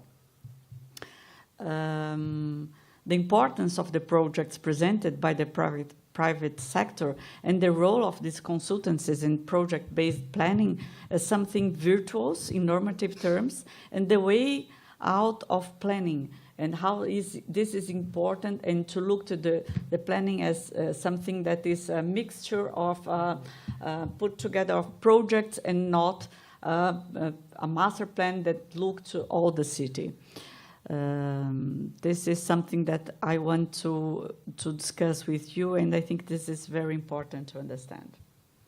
And thank you for your question, very interesting and very important also. It's very difficult to research this and to get into these relationships in the real estate market. Yes, in fact, it's a whole new frontier of extremely important research, of course. But what I can say, some clues that we have by now, is that what we can observe, but it's not yet proof, is the presence of the officialized game betting companies that we have, that is a huge money laundry.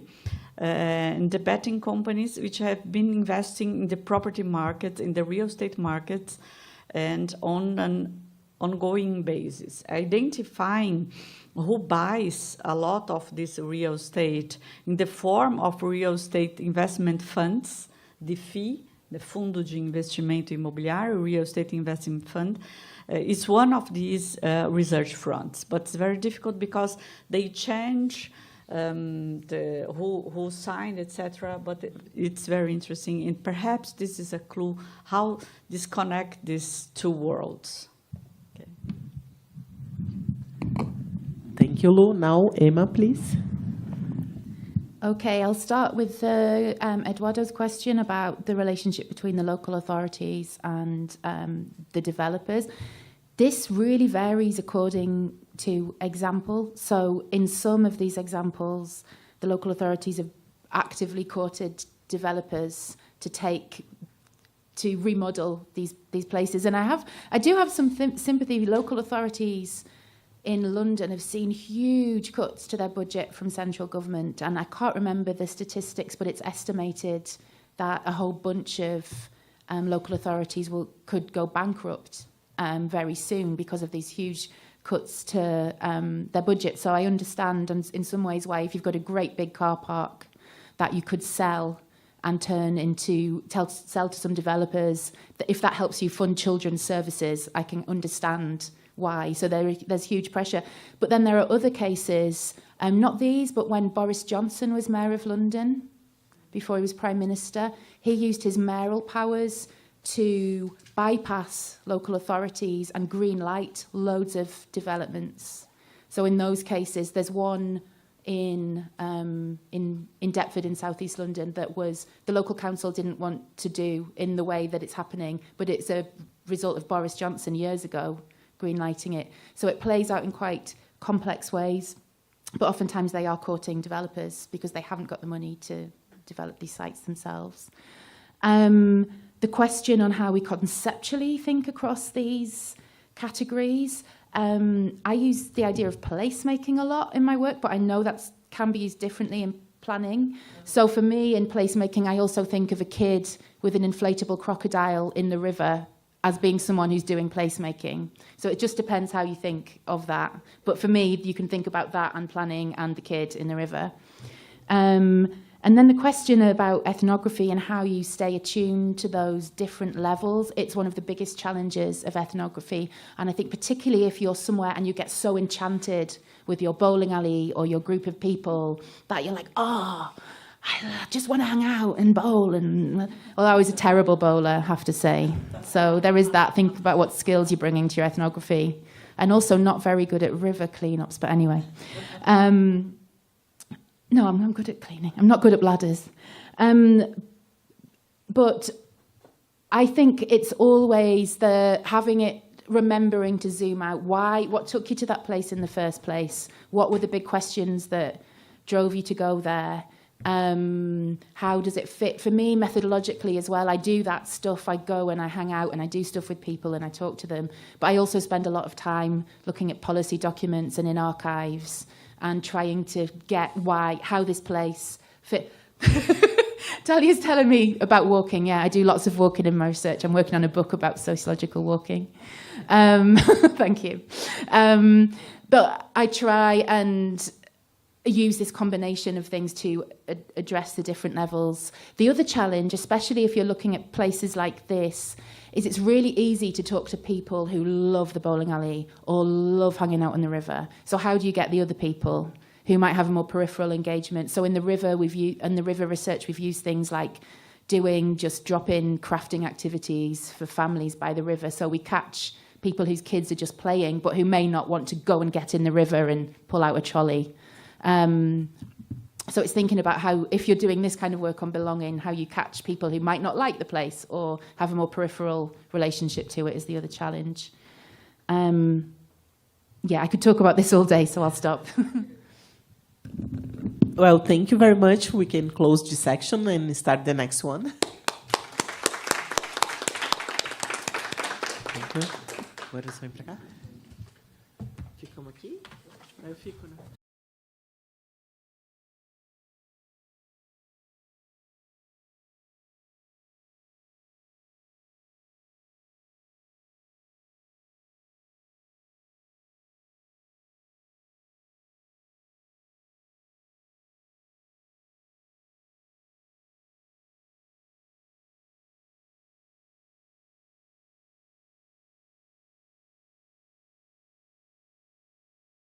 Policy at the University of California, Irvine, and researcher focusing on urban studies. He's also editor-in-chief of the book series IJURR Studies in Urban and Social Change of University of California. And you have around 20 to 25 minutes of speech, okay? Well, thank you. My seat is sinking down. Okay. So, You want to my change guest. the chair? No, you wanted to do this. I wanted to stand up. Yes. Yeah. I wanted to Feel smoke free cigarettes. to stand or to sit, whatever you So prefer. you should use this. Okay. Should I use the I mic? can tell you You have to when because of you have Okay. 5 minutes. Pode ser assim? Okay. Just a second, because the YouTube, he will help us. Okay. You have to change. Não, ele vai ligar. Eu achei que eu tinha ligado. E a câmera? Obrigada. I would sit, but when I was sitting there, it was Tá reaching out certa a to my... câmera aqui I nele? know, the chair Sim? is going down. The chair is going down to my chin. Ele quer falar de frente. Hã? Okay. So, Okay. please, Walter. So, thank you. What did you say, Eduardo? No, that you are really important. Because he said that Yeah, the they most stand up. important, no, on the contrary, the most important people, like the least important, sink in their chairs. So thank you everybody for inviting me to come and give this talk today. So I'll be looking at some research that we've done with my colleagues at University of California, Irvine, on bureaucrats and how they work within our particular case study in what we call sort of Mayville, which is an anonymized mid-sized city in Southern California. So we start this project by looking at. So we started the project by looking at in 2017, 18. These projects are strange because they start 1 year and then all of a sudden, like a decade later, you're like, why am I still doing this? Am I done? So we're looking at this. We started this project by looking at how mid-level bureaucrats were responding to the Trump administration's, the first Trump administration's anti-immigration policies, and how they were developing what people called at that time sanctuary cities, which were city-level protections for migrants who were living within their jurisdiction. So we're looking at how not necessarily just sort of social movement organizations, but city-level and non-elected city officials were responding to these as well. And once we started to look at this, we started to notice a sort of a particular phenomenon that we hadn't sort of understood how bureaucrats respond. We had no theory of what bureaucrats do, except for sort of whatever we had. But nevertheless, when we started to interview people, we started to notice that they started to sort of organize themselves. They were organizing themselves as a collective body. They had sort of this type of oppositional identity. They were organizing oftentimes from sort of dominated positions within their bureaucracy. They were trying to advance social justice issues, but also they were fighting against elected bureaucrats within the bureaucracy, especially the police department, who controlled all the resources and legitimacy. So what we started to see is that these bureaucrats weren't necessarily operating like Lipsky's bureaucrats. They weren't just sort of individuals exercising discretion on a one-off basis, or they weren't necessarily operating like sort of cogs in a big bureaucratic rationalized machine. Instead, they started to take on the characteristics of social movements, or what we were sort of familiar with social movements, in terms of forming networks, developing a collective identity, pooling information and resources, and mounting actions against more dominant forces within their space of power. And what we also saw during the course of this study was that there were two sort of moments, two big sort of spaces in which these battles unfolded. No, between the first crisis was 2016, 2018. That was the first Trump administration, and the second one was 2020, 2021, which was a sort of a Black Lives Matter mobilization. And in the first crisis, there was sort of failure, their first initial push, while the second one, they actually, it wasn't sort of revolution in terms of success, but they got places. So then there were sort of two big questions that motivated this research, and it's sort of still ongoing.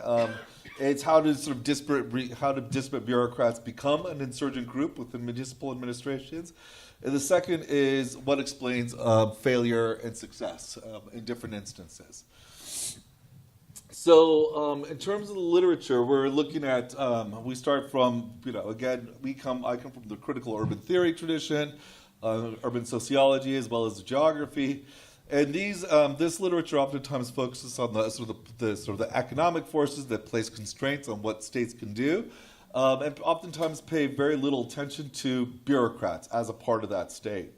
No, so there's this idea of sort of real estate state by Sam Stein. He reintroduced this idea, growth machines in the United States, which basically suggests that you have like sort of bureaucrats or people who go into things like urban planning.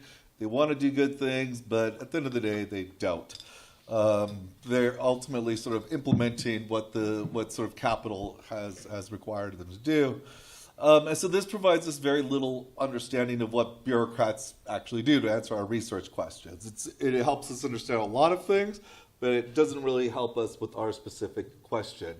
So another sort of potent literature in the immigration literature as well as the urban studies literature is this idea of street-level bureaucrats, which is this idea that complexity within bureaucratic in government requires sort of street-level office holders to employ discretion on a case-by-case basis in order to ensure that the system works. No? So their power, their autonomy, and their power is derived primarily in these uncertainties of actual implementing public policy in everyday ways. And for us, this is interesting, but it also doesn't answer our question because the analytical focus is on individuals, bureaucrats rather than collectives, and there's no theory of collective action. It's really focused on sort of these residual powers on the margins of the state, which can aggregate into an actual policy effect, but nevertheless, the focus is on these sort of residual spaces of power. And so it answers a lot of interesting questions, but both theories don't necessarily do what we want to do. And so in a couple of papers we've been working on, but I won't go into this too much because this is another sort of complicated presentation. But nevertheless, we try to combine theories from neo-Weberian theorists of the state, like Bourdieu, but also neo-Marxist theorists of the state, like Poulantzas, Hall, and Gramsci. To argue that the bureaucratics, there is a sort of autonomous bureaucracy. And there is an autonomous bureaucracy. It's not necessarily subordinate straight to capital or to elected officials. The autonomy of the bureaucracy is based on certain types of resources of power that are largely associated with legitimation functions, whether sort of consent, to build consent, or to exercise coercion. Huh?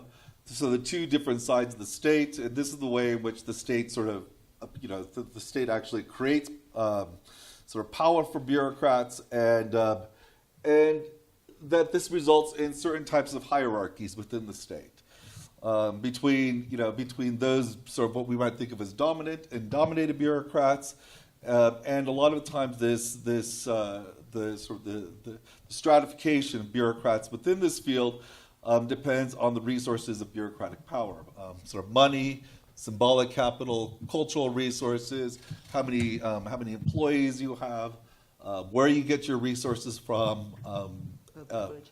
Pardon? Public budget. Public budget, whether you have to go sort of outside, whether you have to go inside. So there's all these different types of resources through which you establish and gain your power and sort of assert your legitimacy.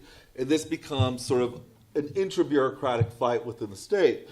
So our idea is that this is operates like a normal sort of field that distributes power differentially across dominant and dominated bureaucrats, and this results in sort of fights like we have in our normal universities against, you know, those between the sciences and the social sciences. But nevertheless, between these different sort of sources that sort of structure this field, and also, but at the same time, so bureaucrats have their own independent field interests, but also these bureaucrats depend on networks to outside actors, social movement organizations, individuals that sort of overlay and sort of add sort of political content to these intra-bureaucratic feuds. So what we start to sort of argue is that we start to see this sort of complex field that has its own sort of independent logic, but at the same time that sort of overlaps with outside political fights. And so what we start to see is that outside political fights can provide the language and sort of the political force to push insider fights. And crises become acceleration points. So in terms of, I'm just going to follow Emma's model of skipping methods. So we did newspapers, we performed interviews, we had observations of government meetings, we had budgets, which were really super interesting. And we also did applications. We did everything. We also looked at application forms for like parks and things like that to sort of see how power is being implemented, who's winning. And so just in terms of findings, so in terms of the context, so just in terms of the context of Mayville during this past 30 years, we would argue that this is sort of a particularly propitious environment for these types of insurgent bureaucrats. It's a good environment. It's accommodating. In terms of diversity, the city of Mayville has become increasingly diverse. This top table right there just sort of indicates changes from 1980 to 2020 in terms of sort of racial makeup, so we start to see that the city is majority minority, sort of made up primarily of migrants, recent migrants, as well as African Americans. And also it's predominantly democratic and left-leaning. So these are sort of a good environment for left-wing bureaucrats. And also the city council was, at this time, by 2016, was made up of a lot of sort of a strong proportion of democratic socialists, sort of socialist-leaning left-wing people, and many other on the council were sort of were sort of liberal Democrats or centrists. So it's a Democratic-dominated city council, Democratic-dominated mayor, city council, as well as the city was very sort of strongly positioned in that area. And also this also indicates, we did newspaper searches of the number of folks who were sort of expressed support for, sort of pro-immigrant or anti-immigrant line in a newspaper database. And here again, what we start to see is disproportionate support from city council. This would be city council down here. So negative 0.1 would be negative, or negative 1 would be on the scale of -1 to +1. Negative being anti-immigrant, +1 would be fully 100% positive on immigration issues. And here what we start to see is that at the city level, the city veers very much in favor of immigration stuff. So so the study starts in from 2010 onwards, and at this period we also see that Mayville becomes an area where you start to see a very strong social movement infrastructure that's based on labor issues, that's based on housing issues, environmental issues, as well as immigration issues. So you see the formation of a lot of different social movement organizations, and you also see a ton of funding coming in through what was called the California Endowment at that time that was pouring in around $15 million of money into supporting these social movement organizations. So you see a political, sort of an electoral front, very strong, and on the sort of organizational side, it's also very, very strong. And we start to see a series of different campaigns, as well as the formation in 2013 of a local immigrant rights organization called Mayville Immigrant Rights Coalition. So here in this context, this gives rise, we start to see folks, sort of the rise of what we call sort of insurgent bureaucrats. And one of their first efforts was to develop a language access program, which is pretty sort of easy. But the idea here is to provide translation services for different services that the city is performing, and also to provide translation services at city council meetings. No? So before so a place like Mayville is 65 or 55% foreign born, and there had never been any kind of translation services or any of the sort. No? So the first thing that the Immigrant Rights Coalition starts to do is demand a translation services language access program, and the city introduces one part-time staff. And in 2016, the city also created what was called the Office of Equity, and it was created by a socialist on the city council, Rod Riley. I made up that name. Rod Riley, and it was located within the department called the Department of Health and Human Services. So Office of Equity was created as a way to sort of integrate all the different types of equity work and diversity work within one office, and that was placed within Health and Human Services. And here again, what we see is one director was appointed, and the language access program was placed underneath it. So despite these efforts, this was what we could call sort of a dominated department within the bureaucratic hierarchy. So it was located within a dominated department, Health and Human Services. So 92% of Health and Human Services revenue came from external grants. So this is what we were talking about earlier.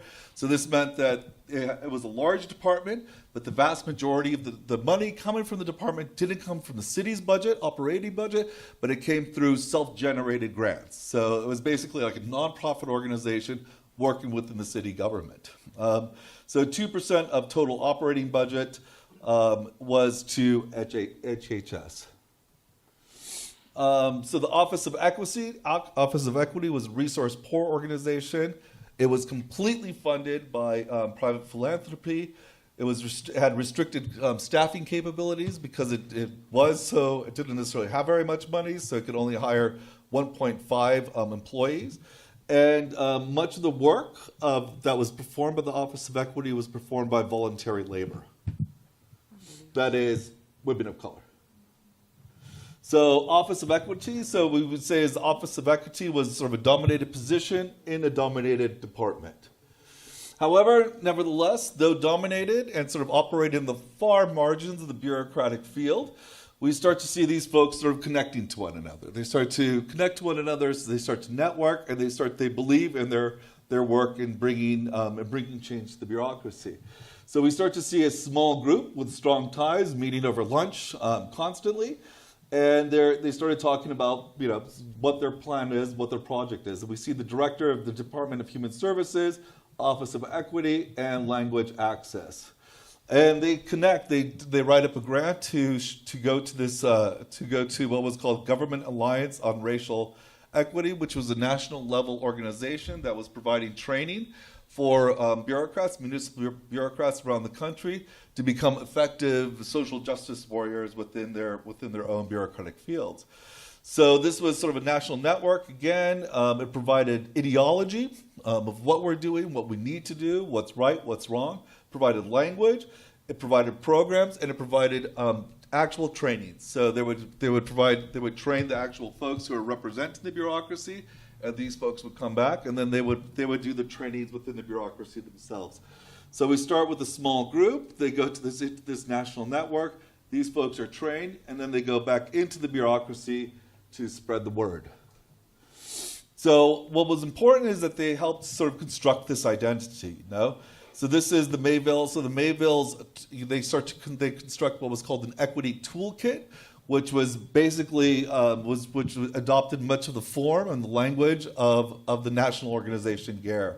So one of the our respondents in the study wrote notes. The focus is really to help governments normalize. I like this language. It's very Bourdieusian. It's like, you know, what a sociologist really is like looking for. You said it right there. So the focus is really to help governments normalize conversations, learnings, and understandings about racial equity, to organize themselves in a way that can be mobilized to advance racial equity, and then operationalized through programs. So this is sort of interesting because it's not only introducing symbolic classifications, but it's talking about transforming the symbolic classifications into actual categories of government through this idea of operationalization. So they provide, so the Office of Equity also starts to provide methods to actually operationalize this operationalization process. So they give specific examples of how you transform classifications of system, our understandings, our loose norms of equity into actual categories of government, like who counts, who to include, who to exclude, how to implement this through the actual policy process. And they provide folks working in different parts of the bureaucracy this type of information. And in addition to this, what they start to do is they diffuse. So they have this sort of model, this new classification systems, and then they diffuse outwards, and through this networking goal to normalize equity norms. And they did this by creating racial equity champions across the different agencies and the departments of the government. So in like development services and urban planning, they created their own little clusters of racial equity champions, and each racial equity champion would distribute these types of norms. And so again, each one created their own committees, and each one sort of created their own what was called sort of the snowballing strategy. And it's also important to remember that this was a process of changing what was happening within the bureaucracy, within the bureaucratic field itself, in terms of who has the power, what does government mean, but also just in terms of like who has the money, who has the recognition, who has the legitimacy. Now, so this is a battle over legitimacy, resources within, but there's also strong correspondence between these bureaucrats, the dominated bureaucrats and dominated actors. So a lot of the folks who are working in health and human services, especially in sort of the middle to lower tiers, were women of color, whereas we see in sort of police, we would see it's largely white guys. So we start to see these sort of overlapping habitus that sort of starts to make sense. And this is sort of quite important because of the fact that this provides people sort of this sort of common sense understanding of what it is to be sort of oppressed, but also many of the different types of challenges facing the constituents that oftentimes the police wouldn't see or wouldn't appreciate. And there's also sort of ideological correspondence. No? So there's like this sort of sociological correspondence, which helps folks to adopt sort of similar types of categories and seeing the world and power relationships.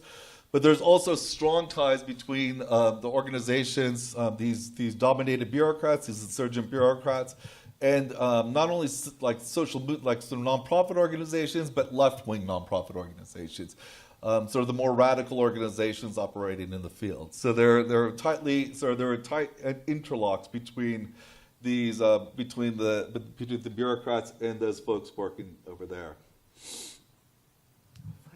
5 minutes, cool. So now we start to see that we start to see the formation of this fairly robust network across the bureaucratic field. Pretty strong sense of oppositional identity, a strong sense of solidarity inside and outside the bureaucracy, and here we start to see two contrasting. I can't believe this is going to happen again. So disappointing, but nevertheless. So we see two different responses to crises. The first is the Trump crisis, and this is just sort of, this shows heightened mobilizations at the time of the Trump's last election. So we see, and this is just in Mayville. So these are just newspaper articles in Mayville. So we see that a lot of there's a heightened mobilization, and the specific issue area in which people were mobilizing was immigration. So this wasn't just anti-Trump, but it was how to save, the 50% of immigrants living in the city who were being threatened with deportation. So we start to see a massive mobilization around that. And so there's a Sanctuary City campaign. It's a 9-month campaign of protests. It starts in December, and it lasts up until the first part of the campaign lasts from September 2016. It goes to September 2017. There's heavy mobilizations. From the outside, and they put enormous amounts of pressure on the elected city officials to accept some kind of bill, some kind of project a sanctuary project, and eventually the city council agrees to accept this. So after September 2017, what happens is the city council says, okay, we're going to open, we're going to introduce a policy writing process. No, so we're going to actually write the policy, and we're going to have the insurgent bureaucrats as well as the pro-immigrant organizers write a policy that's going to really provide maximal protection for immigrants within our jurisdiction. So by February 2018, they draft a policy. These folks are working together to draft a policy. They enact, and they bring it to city council to pass it as a final bill. But the city council turns it down and say, we're not going to move forward with this. So this is sort of a strange development. And the way we explain it is that the city police department came out very strongly against it. And this is a function of asymmetric power. So normally in the city, what we had is sort of electorally, it was strongly supported by like 80%, 90% of the people. Large parts of the city council were aligned with the Democratic Party, if not the far left of the Democratic Party. You had a strong social movement context. Nevertheless, it fails. So the only way in which you can explain it is by looking inside the bureaucracy and seeing what happens inside the bureaucracy. Inside the bureaucracy, it represented a threat to the city, to the dominant power within the bureaucracy, which was the city police. In terms of a dominant power, in terms of legitimacy, people still turned to the police. It was a Latino police chief who said, "I love immigrants." The police department controlled the vast majority of the budget. The police department also the police union also was the #1 contributor to the mayor, as well as other city council members. And as a result of this extraordinary amount of power, they were able to veto it. And they faced insurgent bureaucrats, which were at that time, they had limited experience. They were going into battle. They didn't necessarily know how the politics of policy worked.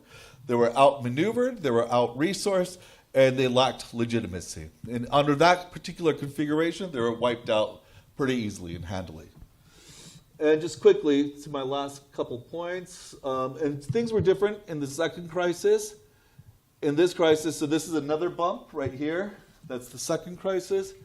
And in this context, what's interesting is that the claims were directly oriented at the city police. So the city police became, rather than having legitimacy in the first, to maintain legitimacy in the first context, lost all legitimacy, became completely stigmatized in the second context, in which the city council really did try to move away from the city police. And in this context, what was interesting is that the Office of Equity became the primary force for legitimating the police. It would go out to different groups. It would try to talk about racial equity. It would try to bring people into the discussion. And as a result of that, it increased their actual power within the city, within the actual negotiation process. So there was an inversion of legitimacy from one point to the next. In the first one, the city police department, the first crisis, city police department retained their legitimacy and power. In the second crisis, they had lost their legitimacy, and now the Office of Equity became the legitimating sort of agency of the government. And as a result of that, they were able to push a certain number of reforms that were, it wasn't a success, it wasn't a revolution, but nevertheless, they got a lot more from the city than they would have in the first period. So that's it.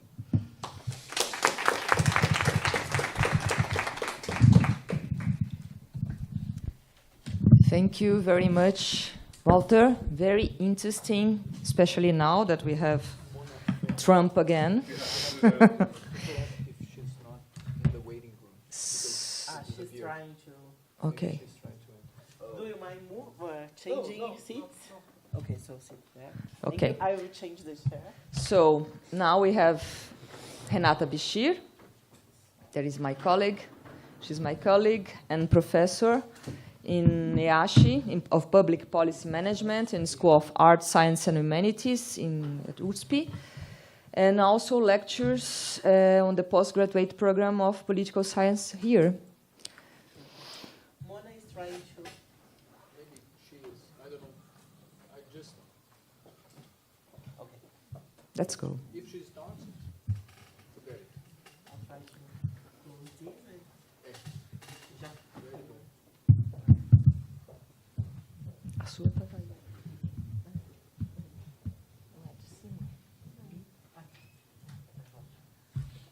Você quer que eu passe? Eu vou fazer sentado. Well, good afternoon, everybody. You all know me already. Let me just try to open my presentation.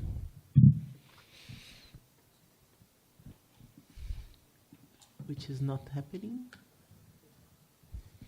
Não? Não, não sei por quê. Essa aí, né? Ah, Ah, deu uma no, it's this is Zoom.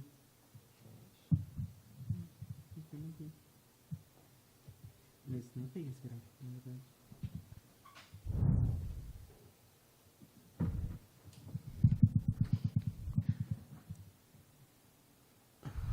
Estranho, né?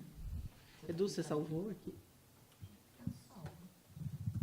Mas a minha não tem nenhum gráfico de pizza. Não está escrito.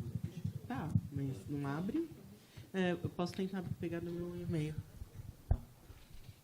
Essa, não é? Teoricamente mas não abre. Seu da Lu, seu da Emma, seu do Nichols. Ó, seu, deixa eu- seu. Clica.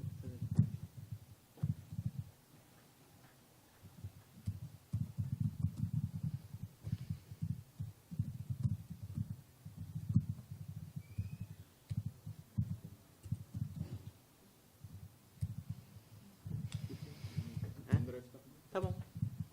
Well, I'll start talking while it's. Oh, it's okay. Now it works. Vai rolar. Vai rolar, ótimo. Okay, so this is part of a research project I've been doing for some years at Center for Metropolitan Studies.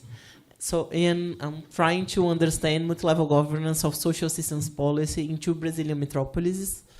And my intended contribution, so as Luciana mentioned, it's also a little bit deconfigured, but it's okay. I'm trying to combine multi-level governance with policy analysis. So I'm trying to understand these different layers of interactions in the vertical axis as well as at the horizontal axis. But I also think we should add some important concepts from the policy analysis perspective. I am a political science, not an urbanist as well.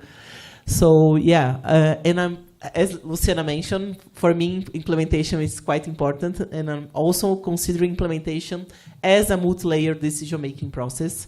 So looking at implementation matters, also because implementation may change the original decision-making process. And I think this is an interesting way of seeing how we can combine the macro and the micro levels. So, and considering the space, for instance, this is why I was making those comments before, very self-interested. So yeah, so I'm totally connected to this literature on how the local matters, even if we are interested in national welfare state systems, many people have made these arguments, and we are also interested in how the national values and the national behavior frame the local discretionary practice. So this goes back to Walter's presentation. I'm not interested in very specific ways of local behavior. I'm more interested in the aggregate effect of this discretionary practices. And I'm departing from Yuri Kazepov and Eduardo Barberi, and also Tortola when I'm talking about multi-level governance. And this concept helps me to move beyond the traditional federalist approach to social policies, especially in Brazil. So not only interested in understanding how the national level frames the local behavior, but also the other way around, how bottom-up experience, local level innovations and policy implementation process may affect the national decision-making process. So it goes both ways when I'm talking about the vertical axis. And considering the horizontal axis, I'm looking especially on how state and non-state actors interplay in institutional and informal arenas in order to produce social policies. And I'm specifically trying to understand how this intersection between both axes affect local governance. So it's not only a matter of mapping those different axes, but how these intersections across time affect local decision-making process. This is the way I'm trying to organize all this, because there are too many variables. I'm not being very parsimonious, but Marta Hetch is not here, so I can be. She's always so worried about parsimony. I'm also worried about parsimony, but I'm trying to deal with a lot of other things. I have already talked about this. So just for you to understand, my empirical basis is the social assistance policy in Brazil. And when we are talking about social assistance policy in Brazil, we are not only talking about conditional cash transfer. Bolsa Família is important, but it's not everything. I'm interested in services to vulnerable families, child shelters, after-school facilities, this type of services. And there is a huge interaction between services and conditional cash transfer. I can go deeper into this if you are interested. I started studying Bolsa Família, and then I realized that I couldn't understand anything about conditional cash transfer in Brazil if I would not look into the services to vulnerable families. And this category matters. When I'm saying vulnerable, it goes beyond the idea of poverty and poverty lines. And this make a big deal, how we define those vulnerable families and what does it mean at the local level. It may vary a lot. And there is a leverage for discretion at this, how we target those families at the local level. And we have a historical legacy of low state capacities and great role of civil society organizations. But at the beginning, those organizations were working in a more oriented by charity and philanthropy. And now, since the 90s, we have a really important process of professionalization. We have NGOs, but mainly non-for-profit civil society organizations. And they are quite different. So I'm also trying to look at this ecology of different actors and how they are interacting with the state. And what is new is exactly the process of growing state capacity in this policy. Since the 2000s, we have new trends. The state is more present in this policy, both at the national level and at the local level, mainly at the municipal level that is in charge of implementing those policies. We have this national system of social assistance based on the SUS model, based on the health model. So we could say that, according to Kazepov and Barberi's typology, this is a nationally framed local autonomy policy. We have a national frame, the regulation happens at the national level, but we do have some autonomy at the local level regarding how to implement the policy and even the amount of money and funding we have to put into this policy. And I'm doing really interesting work on this with my friend and colleague, Ursula Perez.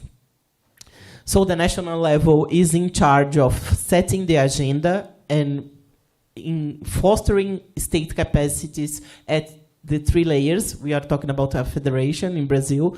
So we have the national tier, the state level tier, and the municipal tier. So we have now national parameters for service deliveries and for conditional cash transfer benefits.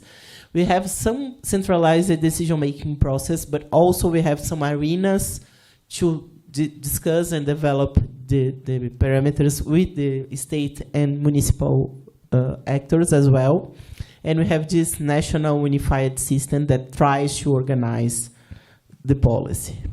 But this doesn't explain everything. We also should look at the state level that's supposed to coordinate the municipalities and co-fund this policy.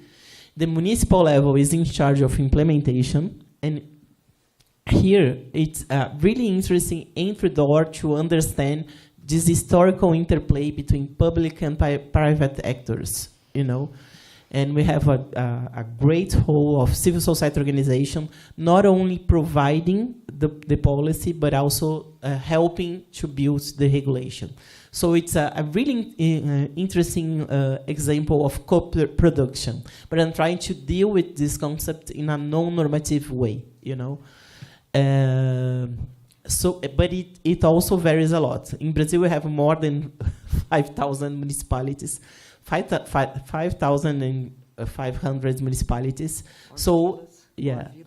Or villas or cities or what else. So it matters a lot to understand what type of municipality I'm talking about, okay? And I'll go to my case selection. I'm not gonna talk a lot about methods, since this is the pattern here, but I have to explain my case selections.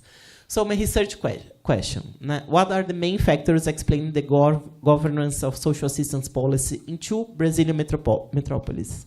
São Paulo, that is the largest one. Luciana has already talked a little bit about São Paulo, and also Belo Horizonte in the state of Minas Gerais. So I'm totally interested in how this policy is organized in huge cities and how these actors are interacting in those cities. And why these 2 cities? These 2 cities are pioneers in implementing social assistance policies before the national parameters. So I was totally interested in understand, here. Okay, I'm interested in how urban and social challenges affect policy implementation in São Paulo and Belo Horizonte, and how we can deal with this time framing, you know. So I have 2 cities that start implementing social assistance back in the 90s, after LOAS, the Organic Law of Social Assistance. So they had a huge space for policy innovation. But after the 2000s, they had to adjust themselves to the national parameters. So does it affect positively what happens after? Do these cities have advantages as pioneer? No, this was a very simplistic hypothesis I had just to talk about the results. But I was interested to see this interplay before and after the national regulation, okay? Because comparing São Paulo and Belo Horizonte, we have different historical legacies and different types of actors. I have a more professional field of civil society organizations in São Paulo, and in Belo Horizonte I have more social movements type of actors, and they both interplay.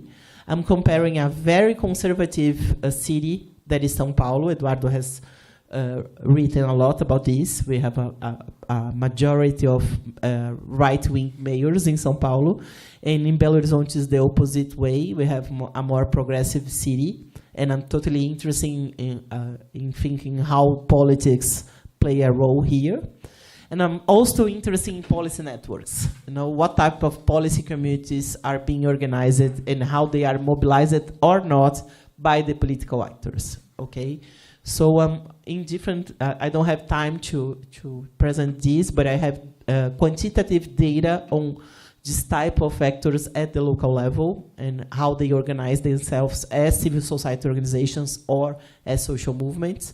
Just to talk a little briefly about methods, so I'm combining 2 case studies, São Paulo and Belo Horizonte, and I'm doing literature review, in-depth interviews, data analysis, documental analysis, budget analysis, and time frame is a big issue to organize my argument.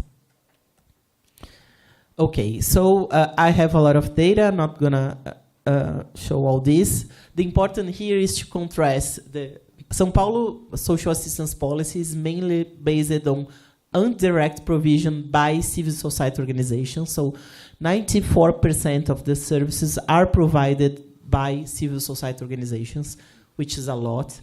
Based on this, lots of people and authors say, oh, there is no SUAS in São Paulo, there is no policy in São Paulo, because everything is outsourced.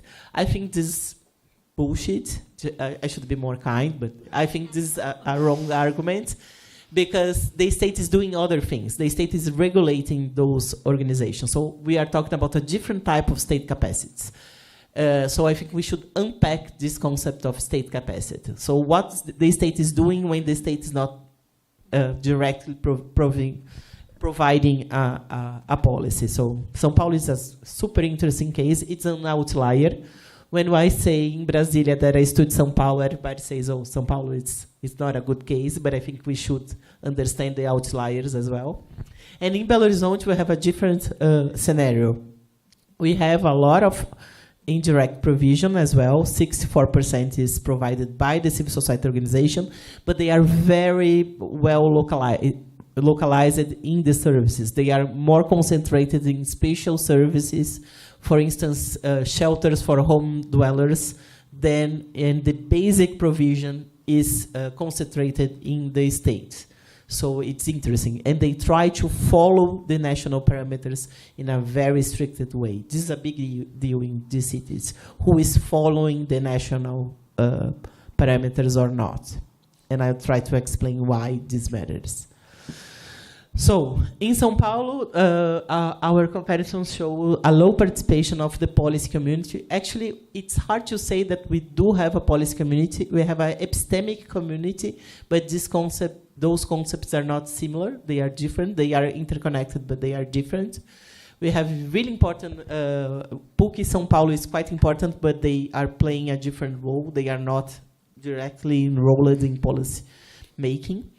We don't have a strong bureaucracy, and this mattered a lot. You know, actually, we don't have, how can I say concursos? Public selection process. It's all based on appointed bureaucrats. And we have a hierarchy in the ecology of civil society organization. We have low state capacity so for the direct provision, but a high state capacity for regulation.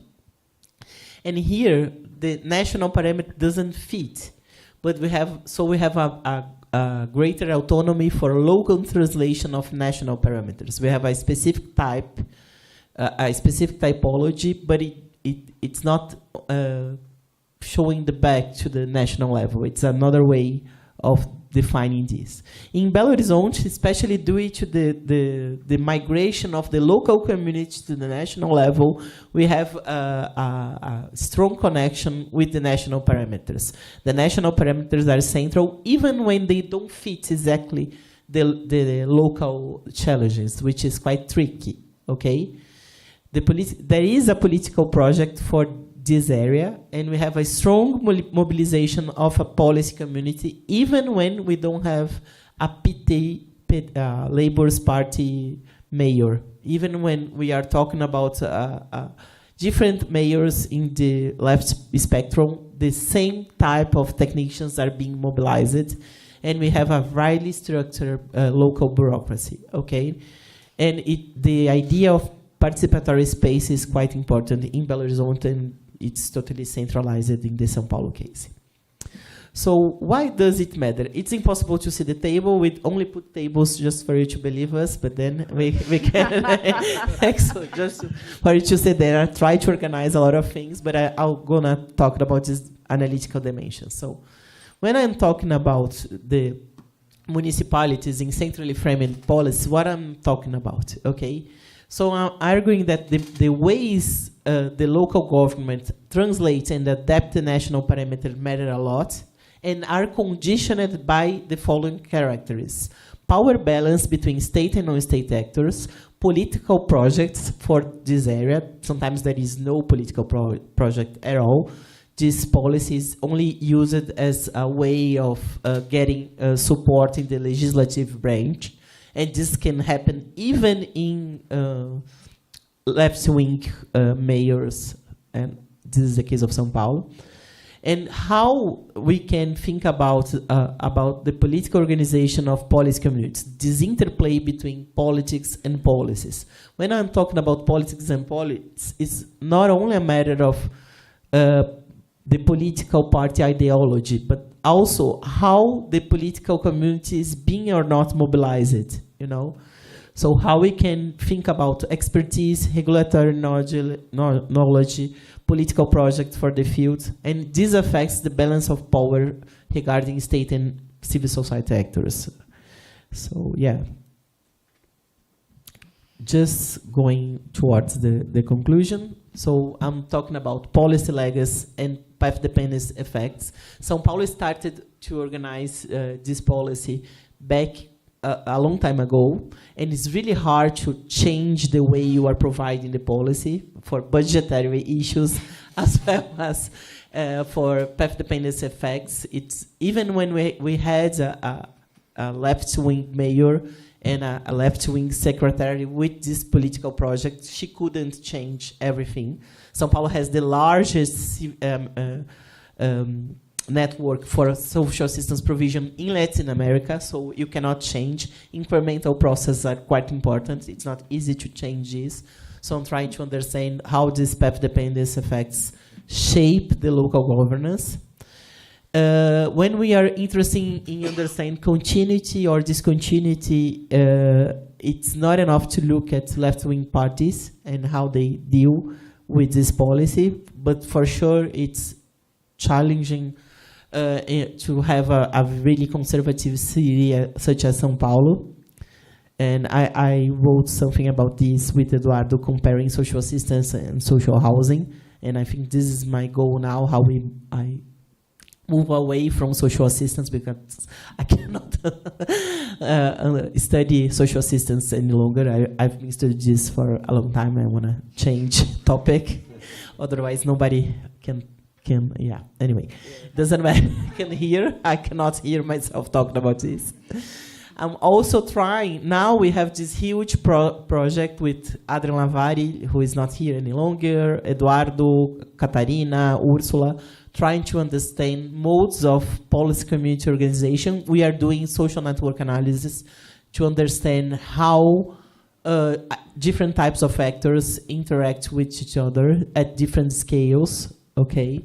And trying to understand when we do have policy communities, when we have only epistemic communities, when we don't have communities at all, and moving away from this focus on isolated policy entrepreneurs. In the policy analysis agenda, this is quite common. Well, we do have an entrepreneur, a very important and powerful actor.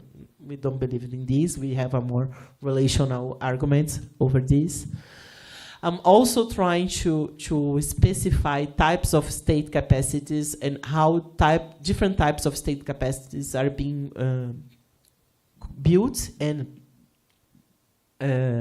also eroded throughout time, you know, at the local level.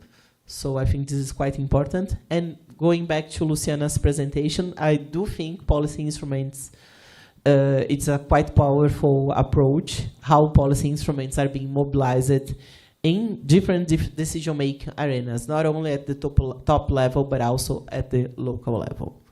And this is my final. So what do I mean about the interplay between levels, or to the intersection between levels, okay? So before the national regulation in this area, we had great space for experimentation and diffusion of local experience. So it matters a lot to see how ideas travel horizontally and vertically, you know, through party networks, for instance, the first PT prefeituras, PT local governments, and how they learned from each other at the local level. This mattered a lot, not only in social assistance, but in other policies. But being a pioneer is not enough, you know. The modes of connections and influence at higher levels affect the definition of national parameters. So São Paulo and Belo Horizonte worked as repositórios? Cradles, cradles for experience that later became part of the national parameter, especially considering territorialization of this policy and also participation. So this is quite interesting. But once the national parameters are set, the game changed at the local level. They had to adjust themselves to the national parameters. And why? Because otherwise they can not get money from the federal government. So the funding systems is paramount to understand what is happening. Ursula is always right. Funding governance matters a lot. So the funding instruments and the way they organize it in a federal way matters a lot. Okay. So yeah, I'm also thinking about political connections and policy community connections, and how the subnational actors obtain legitimacy and resources in the upper level. So the civil society organizations are also playing at the upper levels, you know, in order to adjust the regulation and to define funding norms and everything. So the local dispute is shaped by those upper level disputes and also by the local level disputes. Thank you very much.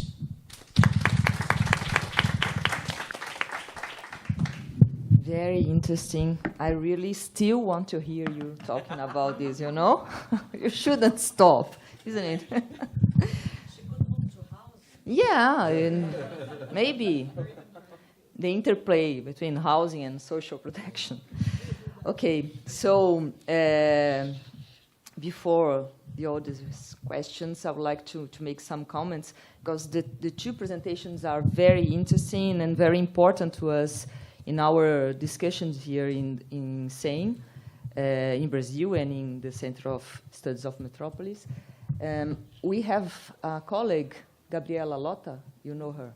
She's studying middle-level bureaucracy. She has studied a lot street-level bureaucracy and is studying middle-level bureaucracy and bureaucracy in general, trying to understand what happened during Bolsonaro's government and how the bureaucracy could stand for the policies and resist. So it's very interesting to hear you talking about this city-level insurgence of the bureaucracy, because it reminds me of her research, and maybe you have some figures to change and to think about. But I was thinking when you were presenting that it was not very explicit to me. I didn't read the paper. It was very interesting, but I was thinking about the role of the elected officials and political parties and other, I don't know, other bureaucracy actors in this shaping, in this dynamics of this insurrection of the bureaucracy. And also, when we think about the national level or the federal level and the state level, this bureaucracy or policies that runs immigration, they have a say on what the local bureaucracy does. How does this conflict between these different levels may contribute or not to these insurgents you have showed us? So maybe if we include these other actors, this other political force, this would be different.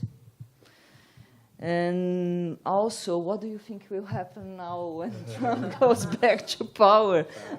Because the immigration was just a very important part of all the rallies and the pets and the dogs and the cats and everything. So I was very interested in what you're thinking about that. And Renata, always interested in your research, so go on, please. And I was thinking about something and challenge, a big challenge of the last, I don't know, 5 years, with the shift between the legislative and executive branch in the national level and the federal level. The funding for social protection has changed a lot. We have much more money in the direct transfer, in the federal grants to families, and we have much less money for the other projects and services that you study in SUAS. So municipalities, they should fund much more than they already funded these policies.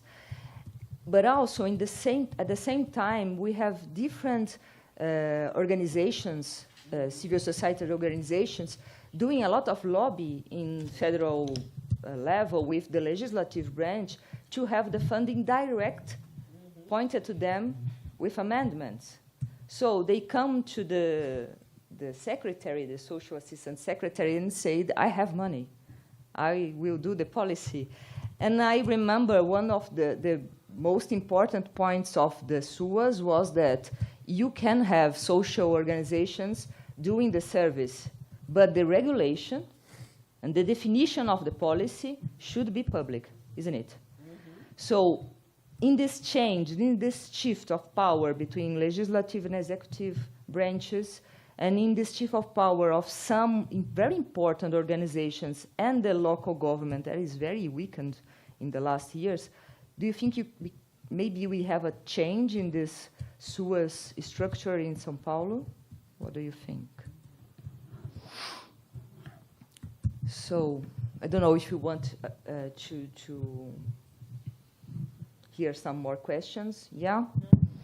So who would like to?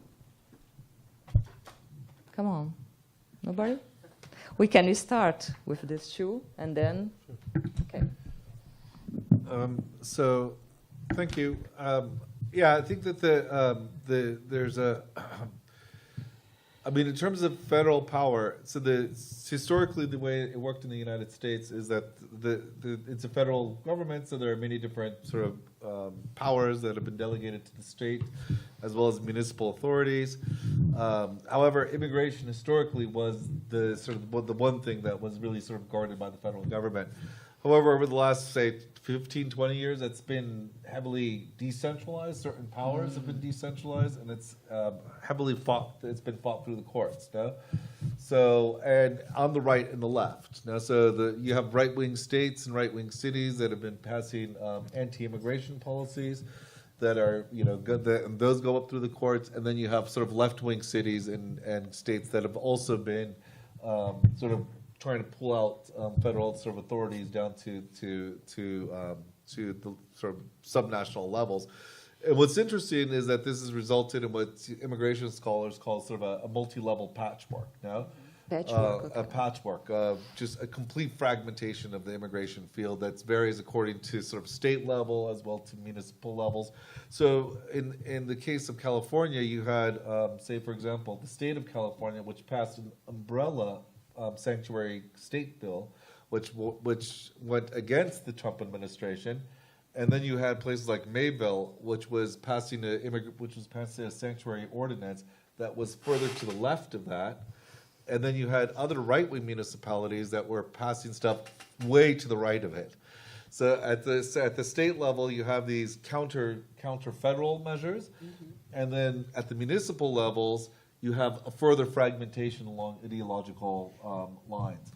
And all these things sort of move up through the courts as the Trump administration tries to shut down those policies that disagree with his. He tries to shut those down while supporting the policies that agree with him. No? Okay. So what's interesting is that, and it's on the same lines. So whereas one group of municipal office holders are trying to sort of take away power from the federal government in order to become more anti-immigrant, those are okay. But the other ones aren't okay. So there's on the basis of the same sort of legal grounds, the Trump administration tried to support one over the other. But that all sort of fell apart because that by the time it got through the courts, Trump was voted out. So all those legal battles, but nevertheless, there was but the sanctuary state policy in California was deemed as constitutional, as were sanctuary city policies. So those were deemed constitutional. Other policies on the right weren't, for specific types of reasons of what they were trying to do. They were actually trying to sort of detain immigrants, which is a little bit too far. So that was a problem. But there's also the Trump administration at this period of time is also leveraging threats against municipalities in the state to withhold funding. So that was another thing. So there was the legal argument that the Trump administration said you lack legal grounds, but there is also the issue of sort of just leverage of money. It's the saying to cities that we're going to cut federal funding, but that too was deemed as unconstitutional. So this was one of the great advantages of what we used to call the deep state. It's just, there's all these different sort of mid-level bureaucrats and sort of justice and sort of juridical processes that were halting the Trump administration at all these different. And there were very sort of serious roadblocks for what the Trump administration could do. Again, in terms of sort of forbidding sanctuary cities, but also using federal monies as leverage to punish municipalities that weren't in accordance to their interests. Now, in terms of the municipal electoral, so this is really important. So, and this is something that I'm not. I mean, so in a place like Mayville, bureaucrats have particular higher levels of autonomy, because of the fact that the city council is part-time city council. So it's a city we have this weird thing in the United States where we have cities of 500,000 people where there's a part-time city council, and it's basically voluntary. Now it's like you get paid $20,000 a year, $20,000 a year, which isn't, so which means that historically this means that only, sort of retirees, landlords, people who are rentiers have traditionally served on council. People who have like full-time jobs can't, and which also means that the bureaucrats perform much of the policy work. Yeah. They I mean, you have in a place like Mayville or Pasadena, California, you have they don't really know what they really don't know what they're doing.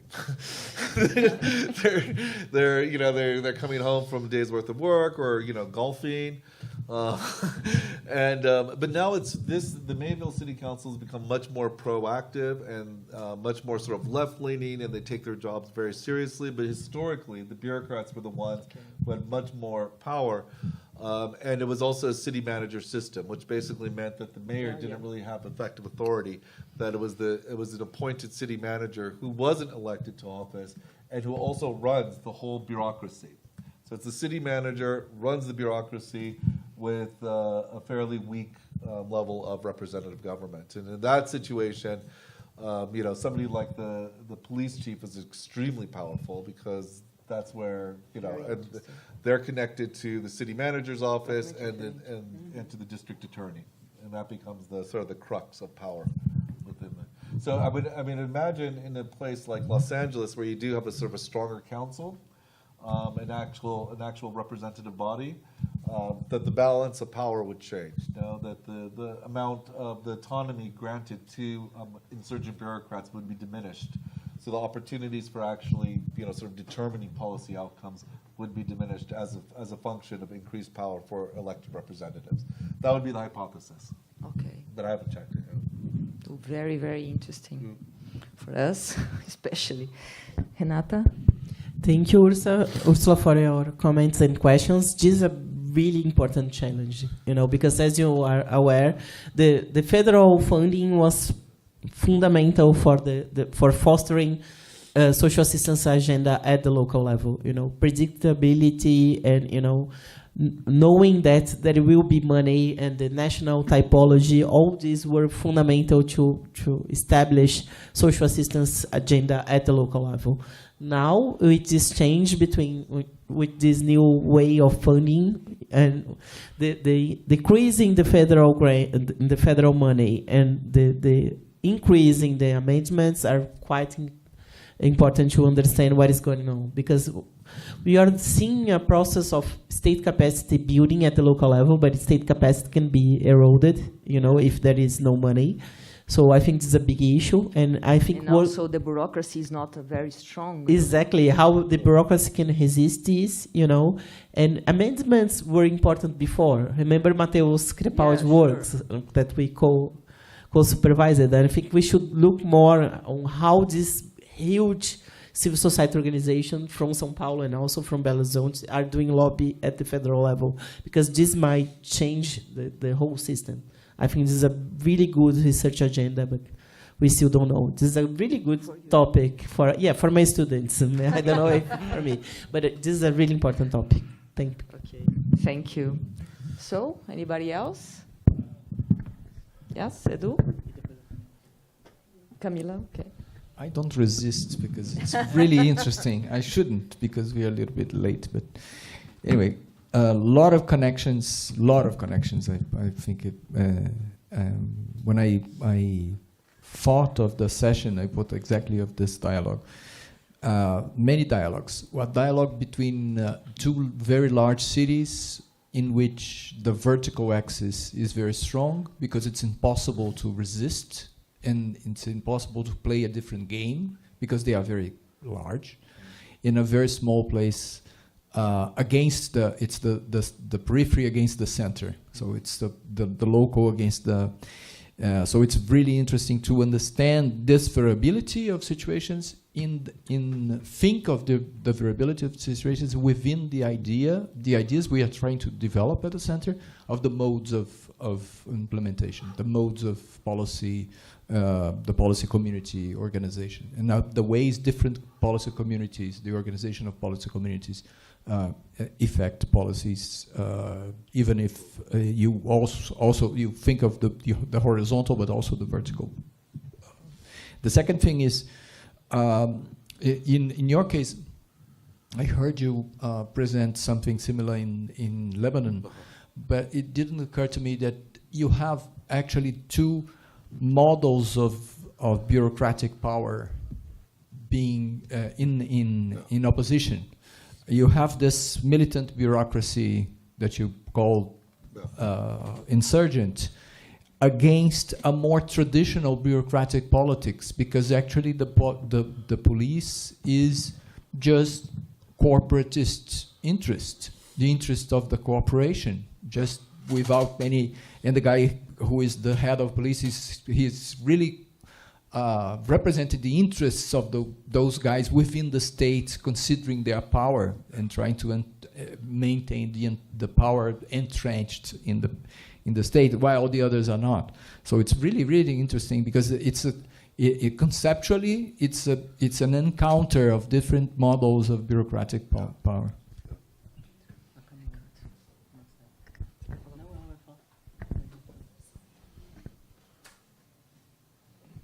Well, very quick question to Renata. I've been researching innovation time of crisis, and I would like to ask you, how can we study and anticipate responses to future crises, especially in the context where political setbacks might lead to dismantling, especially in social assistance sector, as we saw during Bolsonaro government? Thank you. Anybody else?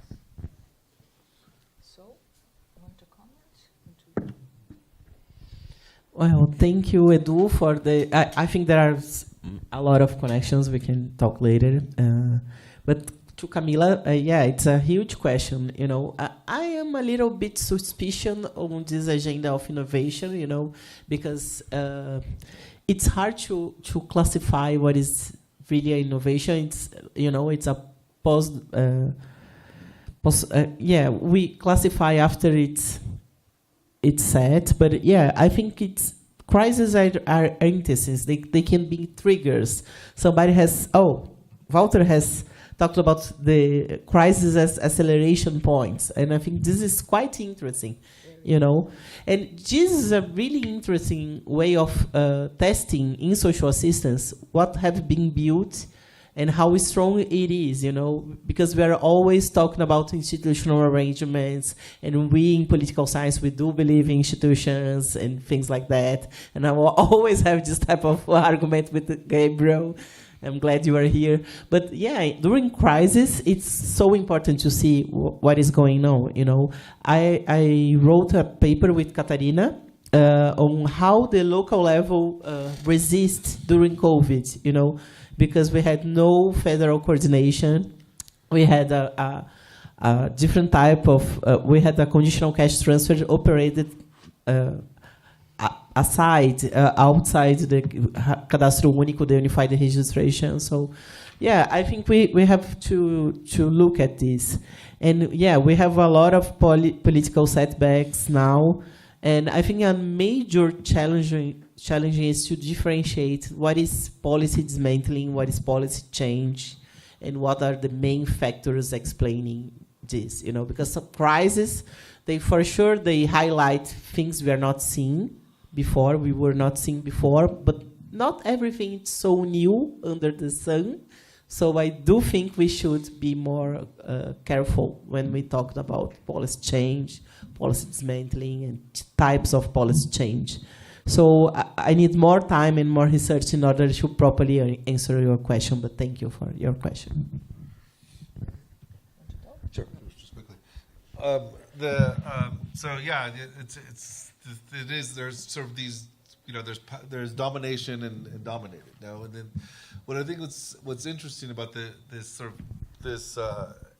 case is that it's a clear, you can sort of see how, you know, the conditions that allowed sort of the dominated to actually accelerate a little bit more in the field, like, you know, they were able to take a better position in the second crisis, and I think that's sort of revealing of what's at stake. It's not just sort of money. Sorry. But it's also legitimacy. No, so if we sort of think about what is the basis of bureaucratic power, and if we sort of agree with like Bourdieu's argument, which is sort of symbolic capital, no, symbolic power to sort of name stuff, to say what's good, what's bad, you know, how do you run your city? Then if we sort of assume that it's legitimacy, then we could sort of say, okay, yeah, what explains point one versus crisis point one, crisis point two, and that would be, I would suggest sort of the balance of legitimacy. You know? In crisis one, there would be, you know, the police chief took a hit, but it was a legitimacy battle. He's like, I'm Latino, I love Latinos, just not these Latinos. But so it was, it was a legitimacy argument, no? But also saying, okay, this is what's going to happen if we do this sanctuary policy, explain it to people, not becoming in those classifications of, you know, who to allow in the city and who to exclude, those become sort of truth statements. And as such, they become translated into law, no? Into actual categories of law. Whereas in the second mobilization, the police was neutralized. Totally neutralized. Like the city, the elected officials, like, we can't even bring him out to city council meetings because he's going to be booed. He's stigma. It's negative symbolic capital. As such, the only organization within the state that could work is the Office of Equity. And this becomes this and this is sort of an important point now, because of the fact that the balance, there's an inversion of legitimacy within the second battle, which permits the sort of the organization that's typically on the margins to assume a central role. Now they're bringing out the Office of Equity, the director, all the staff associated with it, to every single meeting, to all city council meetings, and putting them up in front. And that's a massive shift in the balance of power. And so I think that this issue of legitimacy, you know, again, going back to Bourdieu, would be like, you know, symbolic capital is converted into economic capital, is converted into political capital, which is then further strengthens your sort of your corporatist base to make those types of power. But essentially, I think it is this idea of legitimacy, symbolic power, symbolic capital for what states say. And going back to your question about what's next, so political scientists in the room. This is a terrible pre-test, post-test opportunities to see how the state operates. But it is, I mean, it's a really interesting time to see, you know, and Trump is really going after the state. So this is Elon Musk. with Elon Musk, yeah. So it's a really interesting time to sort of see, what happens to the state. And we know that the state was actually quite resistant. That there was a deep state. That there were all these different types of regulatory mechanisms, sort of passive resistance, active organizing within the state. Sort of these types of insurgencies, even though we couldn't sort of see them, that were sort of blocking the path forward. Now. And the question is, that, and Trump correctly notes, I mean, this is the first president in my lifetime that is going in there and it's like, I want to restructure the state as a condition to get my policies through, and that is going to happen through the bureaucracy. Now, it's not like I'm going to get the House of Representatives. It's like, who cares about the House of Representatives? They don't care about that. In order to exercise executive authority, you have to go through the state, through the bureaucratic state, and they're going to sort of refashion it. I'm not sure if they're going to be effective or not, but they've been thinking about it quite a bit. Yeah. Well, I mean, it can work against the left as well, the deep state. So it works against the left and it works against the right. It's the final mediator of sort of bourgeois liberal capitalism, I guess. So that's it. Thank you both very much. Very interesting. So, coffee break. How many minutes? 10 minutes? 15 minutes? 50 minutes. That's good. Very good. Good. I was going to present some other stuff, but it was less well formulated. Like, this is already, I gave it. Yeah, because I have these other papers, a little bit more theoretical, and I was like, okay, this. But I also have done these papers on multi-level social movements in the Trump administration during this kind of stuff. Yeah. So that's interesting because then you're operating like you're skipping jurisdictions.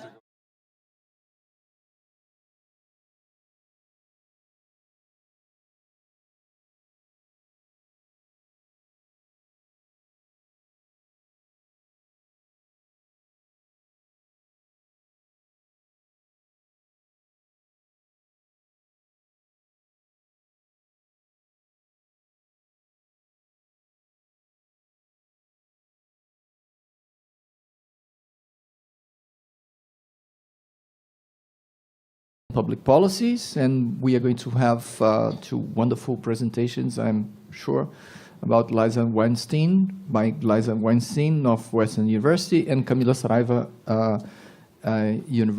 Federal University of ABC in Cefavela, which is a brand new center that was created to study favelas in the region. So I think I can pass the floor to Liza. All right. How's that? With the mic? Good. Thank you for coming back. I was a little worried that once the break happened that nobody would come back. But thank you for sticking around until panel 3 on what has been a really engaging and intellectually stimulating, but also long day. So, in preparation for this session, Camilla and I coordinated a little. We did a little bit of coordinating and have chosen to focus each of our comments today, broadly speaking, on comparisons of local trajectories of informal settlement upgrading. So our comments will draw on our respective research in India, in my case, and in Latin America, in Camilla's case, to talk about the forces shaping the convergences and divergences of these local trajectories. So I'll be talking specifically about how India's two largest cities of Mumbai and Delhi, India's commercial capital and its political capital, have responded in distinct ways to national and global pressures to become, quote, slum-free, in consultant speak. But today, in my comments, I'll focus a little bit more on some of the deeper histories and processes of institutional formation and transformation that have shaped these cities' distinct responses to informal settlements in general and to newer land-based financing models of slum redevelopment in particular. So I want to begin my talk about Delhi and Mumbai by commenting on how little comparative research has actually been done in global urban studies and in South Asian studies on Indian cities in comparative perspective, and specifically, surprisingly, between Delhi and Mumbai. And I think the comparisons are in some ways quite obvious, yet they're, with the exception of some econometric studies, some like very specific policy studies, there's been surprisingly little research. But as I'll demonstrate today, subnational comparative research can help reveal the logics underlying state responses or the conditions under which specifically they evict, they relocate, or they upgrade informal settlements and their residents. The limited subnational comparisons in India and elsewhere, I think, is rooted, at least in part, in the rootedness of global urban studies in the 1990s and early 2000s in a critique of methodological nationalism. Foundational studies like Sassen's Global Cities and Brenner's New State Spaces were framed in part as challenges to the long-standing conflation of state power with the national state. And certainly in the study of international relations, global political economy, and migration studies, but this critique of methodological nationalism, or the methodological nationalism that they're critiquing, was pervasive across the social sciences. And out of this critique, new opportunities were created to recognize and analyze state power at scales other than the national state, and specifically at the local or transnational and global scales. But a byproduct of this critique has been a more limited engagement with national state power and analyses of cities in global perspective. And as cross-national comparative urban comparisons became a key method used by global urbanists, both for comparing like cases and for more unexpected geographical comparisons, we developed deep insights on the ways that global and local forces shape urban structures and processes. But at the same time, we have tended to overlook the often significant ways that national power also matters, certainly in some domains more than others. And as large cities tend to be treated as paradigmatic cases, local and national power can often become indistinguishable in these studies, when in fact they can and should be, and I'll argue today, demonstrate that they can be disentangled in some ways. Now, research on Indian cities in global perspective has tended to draw methodologically on single city case studies or single neighborhood case studies. So in addition to the value of ethnography, as well as deep historical research for revealing the complex politics of cities and citizens, these choices are simply also made because of the expediency of the research process. Given India's linguistic and institutional diversity, research in more than one city is often impractical and overly time-consuming.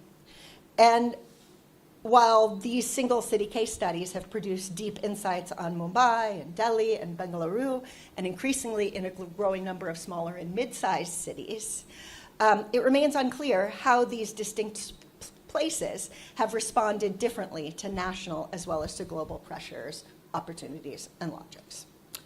Subnational or within-country urban comparisons, like the work I'm presenting today on informal settlement upgrading in Delhi and Mumbai, and Renata presented a moment ago in the Brazilian context, essentially hold constant the national scale to reveal how national power and policy priorities operate differently in cities with distinct institutional forms, movement networks, political cultures, civil society institutions, and political regimes and growth machines.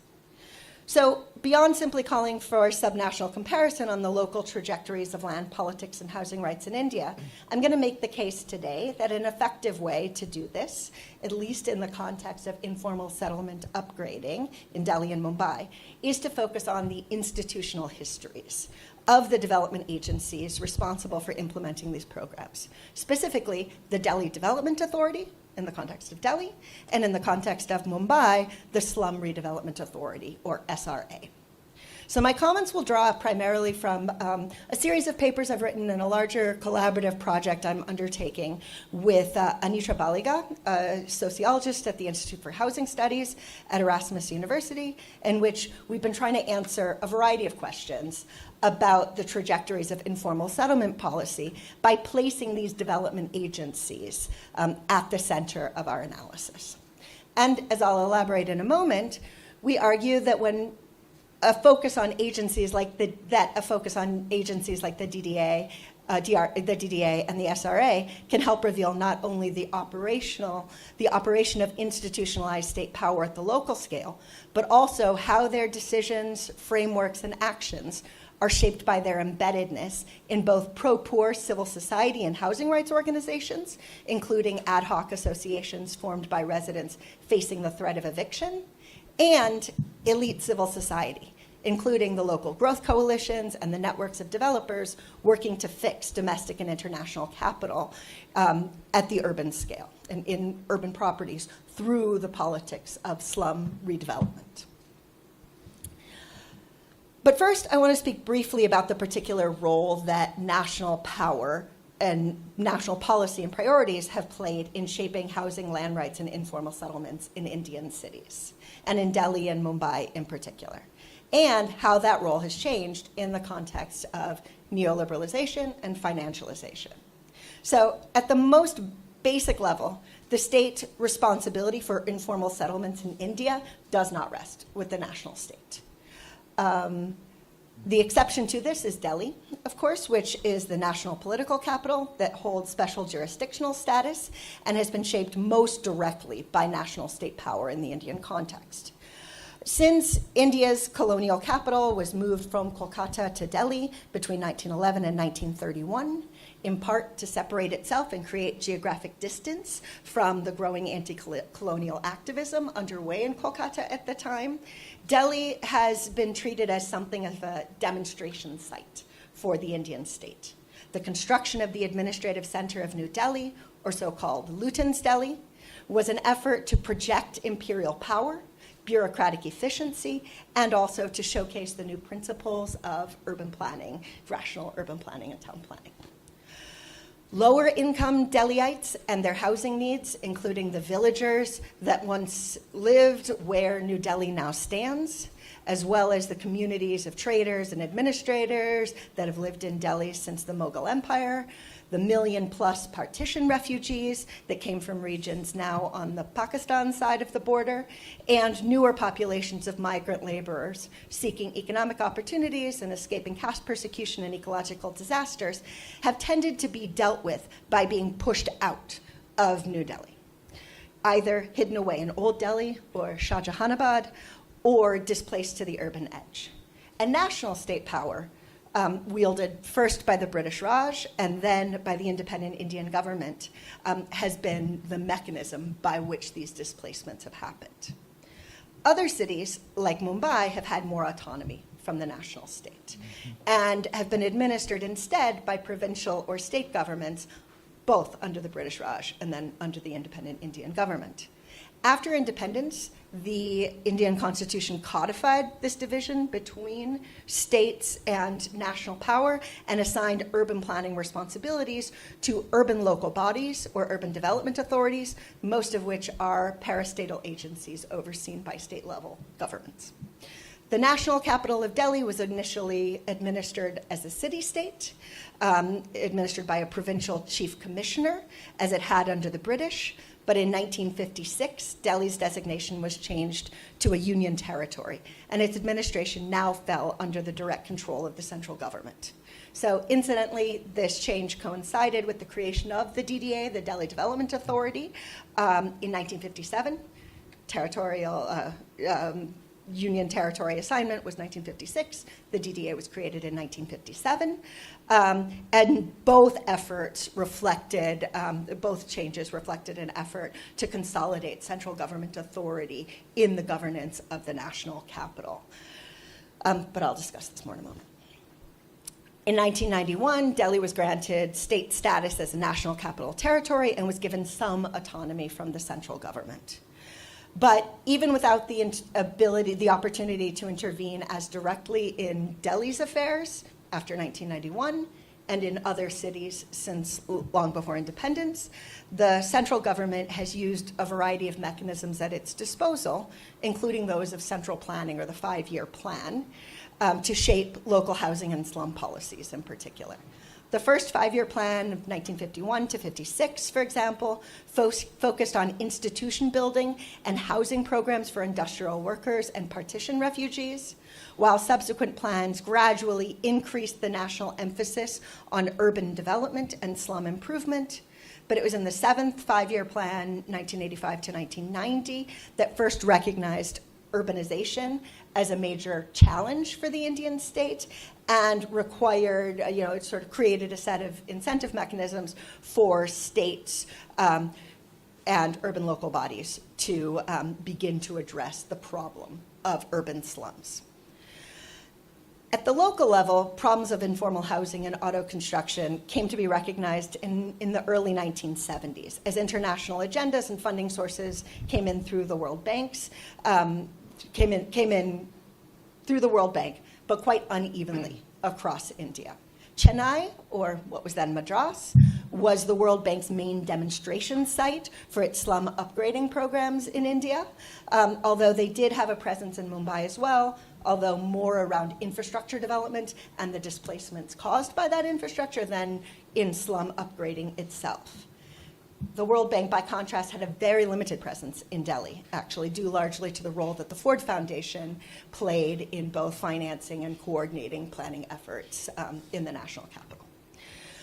But along with economic liberalization in the 1990s, and especially through the early 2000s, the national state has begun to assume a much more central and a much more direct role in urban affairs, and particularly in the policies governing urban settlements. So these insertions of state power were partly a response to the advocacy work of global consultants like McKinsey & Company that promoted the idea that slum removal would bolster India's economic performance and help it more fully realize the benefits of economic liberalization. In one of their first reports on India's so-called growth imperative, published in October 2001, McKinsey Global Institute identified urban land market distortions as a key barrier to India's growth, citing in particular the role of informal settlements and unclear land titles in reducing the competitiveness of Indian cities and making them less attractive to global capital. In their Mumbai-specific analyses published in 2003, McKinsey attributed Mumbai's recent slippage in Asia Week's rankings of the top 40 cities in Asia to Mumbai's pervasive challenge of urban slums and advocated their removal to attract investment and improve Mumbai's standings in global rankings. So responding to these and other similar recommendations made by sort of a parade of consultants throughout the early 2000s, India's central government launched a variety of programs designed to make Indian cities, quote, slum-free by 2022. They didn't work, just to jump ahead. They are not slum-free, just wanted to clarify that. Spoiler. I know, spoiler.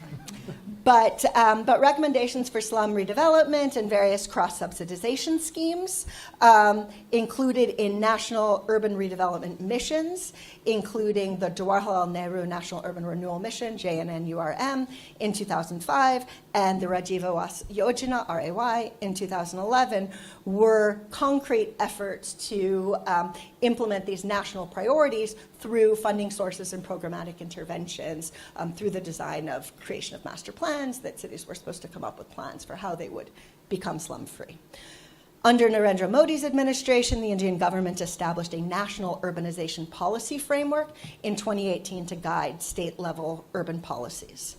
And through these efforts, the eradication, redevelopment, and upgrading of informal settlements has certainly taken national stage. It's become more of a national level issue than it had during earlier eras.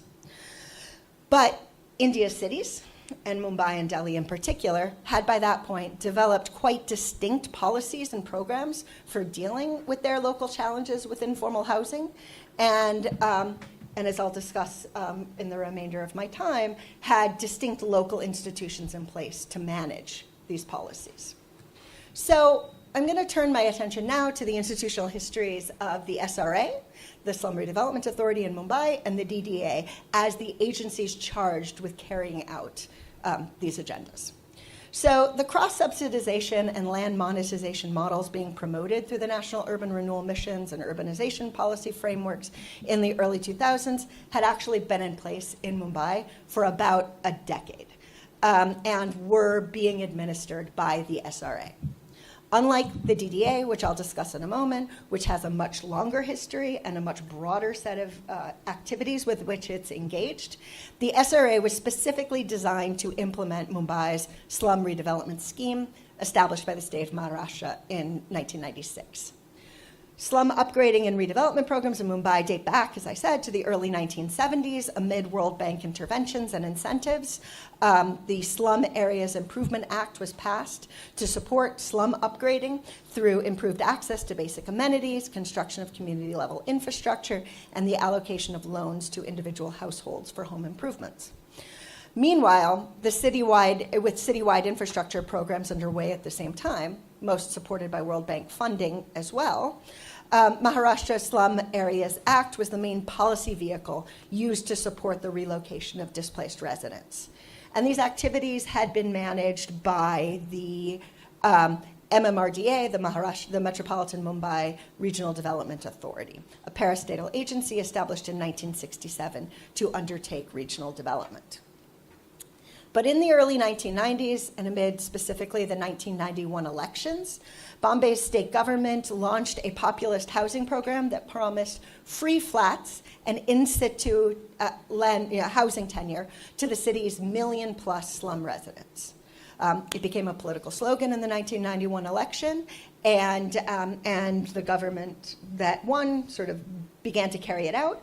But the program was ultimately established after the next election when the right-leaning BJP and Shiv Sena coalition came to power in 1995. At that time, the government established the Slum Redevelopment Authority, the SRA, to manage the program. And while the MMRDA could have been given this charge, a new, more narrowly focused parastatal agency was created to oversee its administration. Importantly, the SRS, importantly for what came later, the slum rehabilitation scheme was not given a significant budget for implementation, but was intended to be financed entirely by private developers who were given development rights to build market rate properties on public land that currently house the informal settlements. While the decision to rely on public funding at the time was to some extent ideological and being promoted through liberalization policies, it was also, through interviews, talked about more as a pragmatic decision made by a small, poorly funded agency that had more land resources than financial resources at its disposal. The majority of Mumbai slums were located on public land, are located on public land, either owned by the municipality, the state government, or the central government. But for those located on private land, the SRA was given the authority to acquire land based on the logic that if private landowners had neglected their property by allowing slums to be built on them, they no longer deserved that private property. And so initially, developers were given sort of a one-to-one exchange rate. For every 1 square foot of land that they developed to sell, to give to rehabilitated slum residents on site, they were given 1 square foot of land to develop and sell at market rates. But initially, there was very little developer interest in the program for the first few years of the program, and the incentives were soon increased to 1.33 square feet of market rate housing for every 1 square foot of rehabilitated slum property. So the initial idea was that a group of 100 families living in shacks or chawls would organize themselves into a housing society and reach out to a builder or an architect to design and construct both their building and the market rate component. They would strike a deal and submit a joint contract to the SRA for approval. But in reality, no project has ever worked like that. Developers always, from the beginning, approached residents in areas where the market rate properties would do significantly well. And but recognizing the dangers arising from this, the SRA put in place a policy to prevent coercion, or to try to mitigate against coercion of slum residents to participate in the scheme by requiring that 70% of them consent to the project before approval would be granted by the SRA. So it's been widely recognized that, this 70% figure is very meaningful to residents in Mumbai, and their consent is actually quite important to them as a political tool. But it hasn't entirely mitigated the dangers of coercion, and coercion happens all the time in this field. But in devising the program, the government balanced the demands of developers and the demands of residents, along with a number of political constituencies. And changes like the allocation of increased square footage to developers and the introduction of the 70% consent clause were a product of these negotiations between the SRA, resident associations, and developer networks to maintain each group's interest in participating in the program. So in order to make the program politically viable, it had to ensure that low-income voters, that it maintained the political support of low-income voters who were skeptical of a growing builders lobby, as well as middle-class voters who were worried that the city would be overrun by rural migrants seeking free housing in rehabilitated flats. Initially, the only developers interested in participating in the project for the first decade or so were pretty small scale, actually. Economic liberalization in the early 1990s had deregulated some sectors before others, and the housing and property sector remained quite regulated until the early 2000s.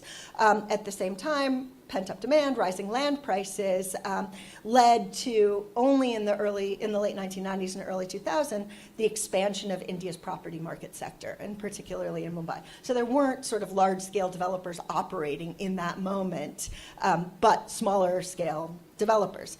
The SRS gave aspiring developers the opportunity to enter into the city's increasingly lucrative property markets without having to purchase land on which to build.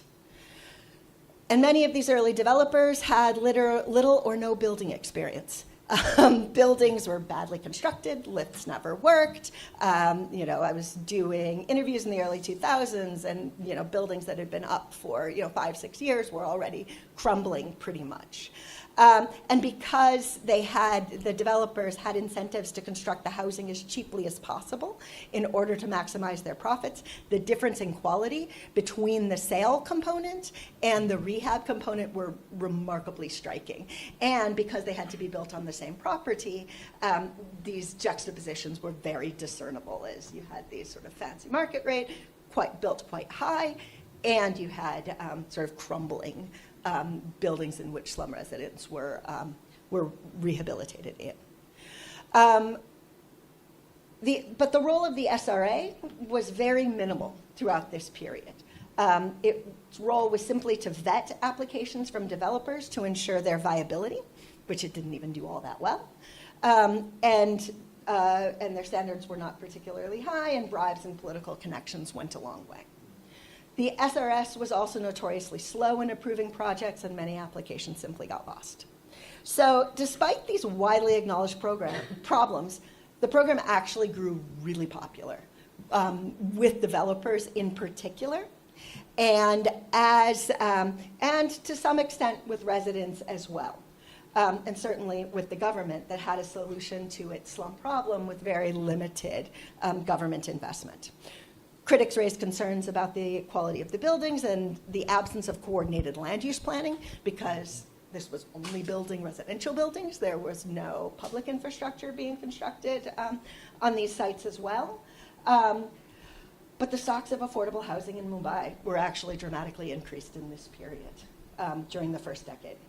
Around the time that the national government became more involved in housing policy and in creating mechanisms through national urban renewal missions, the program began to shift. Partly because of changes in the property development sector and the insertion of global real estate capital into these projects, as well as mounting pressure on the SRA to improve the quality of construction. So two of the most important shifts were introduced at this time, around 2007, 2008. One was the transfer of development rights, which gave developers the ability to build the market rate housing elsewhere, as well as cluster projects, which allowed developers to undertake redevelopment on not just 100-person single build or 100-family single building units, but actually to bring together thousands of residents into larger development clusters, and in the process, sort of do more coordinated land use planning and actually build additional infrastructures.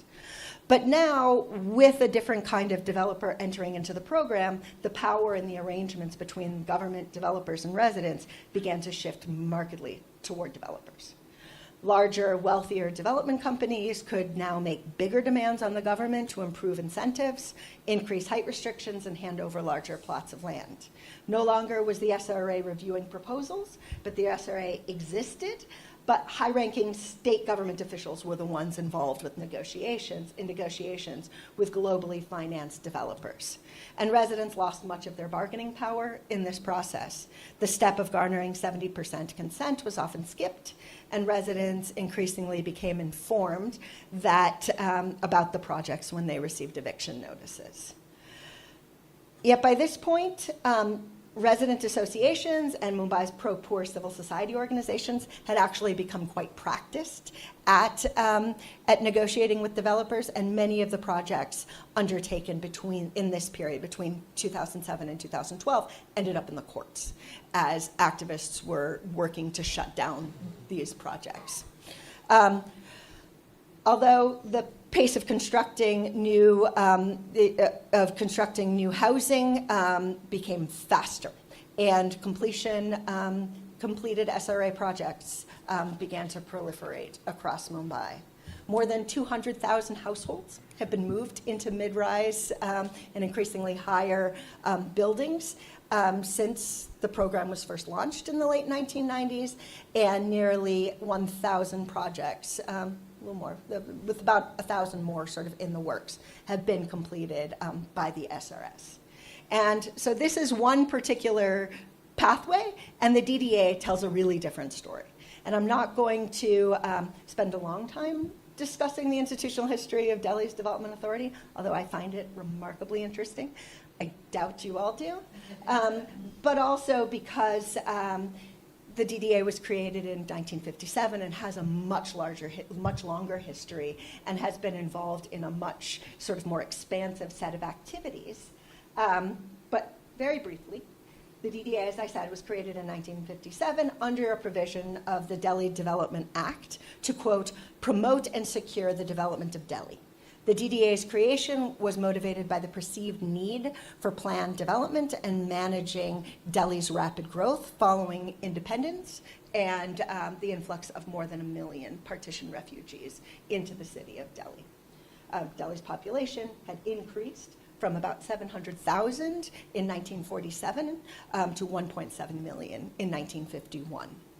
The perceived failures of refugee resettlement in this period were blamed on the existing administrative bodies, specifically the Delhi Improvement Trust and the Delhi Municipal Corporations, which many believed had been inadequately equipped to coordinate this massive housing crisis. So to address Delhi's rapid and widely perceived haphazard growth, the central government created a commission, the ends of which was a recommendation to create a single planning and land acquisition authority that would manage growth across the urban areas of the Delhi region.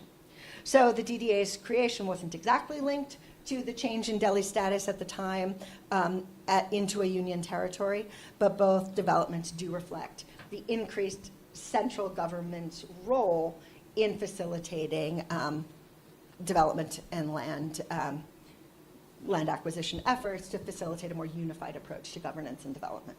So the DDA had pursued many housing programs and acquired significant land holdings in the 50 years between its formation and the 2007 launch of its own in situ slum redevelopment program, the ISSR, which was motivated by the central government's efforts to expand the Mumbai model across the country. So built into many of its national level incentive structures was a recognition of the success of Mumbai, mixed success, obviously, but sort of pushing that onto other cities, increasing Delhi, to undertake. But unlike the Mumbai model, Delhi's ISSR scheme can be described much more accurately as a state-driven model, where the SRA is a very sort of, weak institution that has worked to negotiate between developers and residents. The DDA has maintained responsibility for critical aspects of the project, including identification of suitable sites for redevelopment, negotiation with the residents, getting them to agree to relocate to a temporary relocation area, to select a developer to oversee the project, and to maintain close scrutiny of the process of site clearance.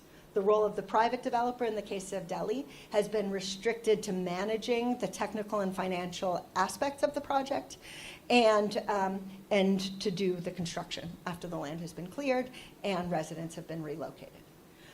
Unlike the Mumbai model, the developer in Delhi is sort of outside of the processes of resident negotiation and site clearance, and is much less invested in sort of seeing the project through to completion. And this role was quite consistent with the way that the DDA had operated and sort of managed its earlier redevelopment efforts, where it played a much more central role and told residents where to go, moved residents there, and didn't, until now, interact with private developers in this sphere. So residents, too, have had significantly less room for participation and influence on redevelopment. The consent clause, which is one of the most significant aspects of the institutional mechanisms included in the SRS, does not exist in the Delhi case. And this is quite consistent with how the DDA has, as a continuation of national power in the city, sort of moved residents and the urban poor at its will around the city. So as the DDA has commanded a much more central role in Delhi's development process, the comparison holds to Mumbai, where the state has played a much less significant role. So while these fundamental differences form the basis of the two models today, much of these differences can be attributed to the SRA's more limited scope of power, which has required that it work more closely and be more embedded in civil society organizations, both on the pro-poor side and with respect to developers. And in Delhi, and this is sort of held up as a mark of the limited success of the Delhi model. Since its creation in 2007, 0 projects have been completed by the Delhi Development Authority. 3 are currently underway. About 700 slum clusters have been identified for future redevelopment, and the government is sort of scratching its head to understand why the Mumbai model has not as effectively traveled to Delhi. So in the end, sort of as wrap up in conclusion, I want to emphasize that subnational comparison with a focus on development agencies and their institutional histories, their trajectories, can help explain how national and global level priorities get institutionalized at the city level, and how contestations between states, developers, and residents get mediated in the process. Thank you.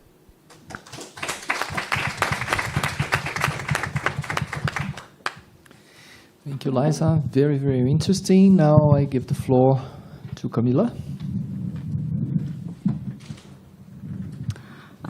Hello? Can you hear? Yeah. The presentation. Please.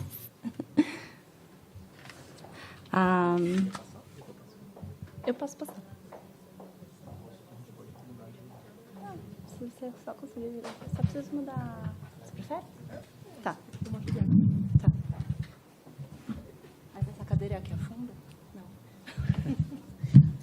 Professor, não é comigo, não.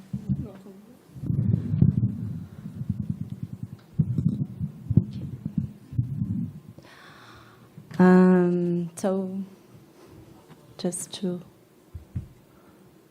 Como que faz para colocar... Não, é por grandão? Tem um negócio que você põe para full screen. Aqui, ó, exibição. Tela cheia. Aí.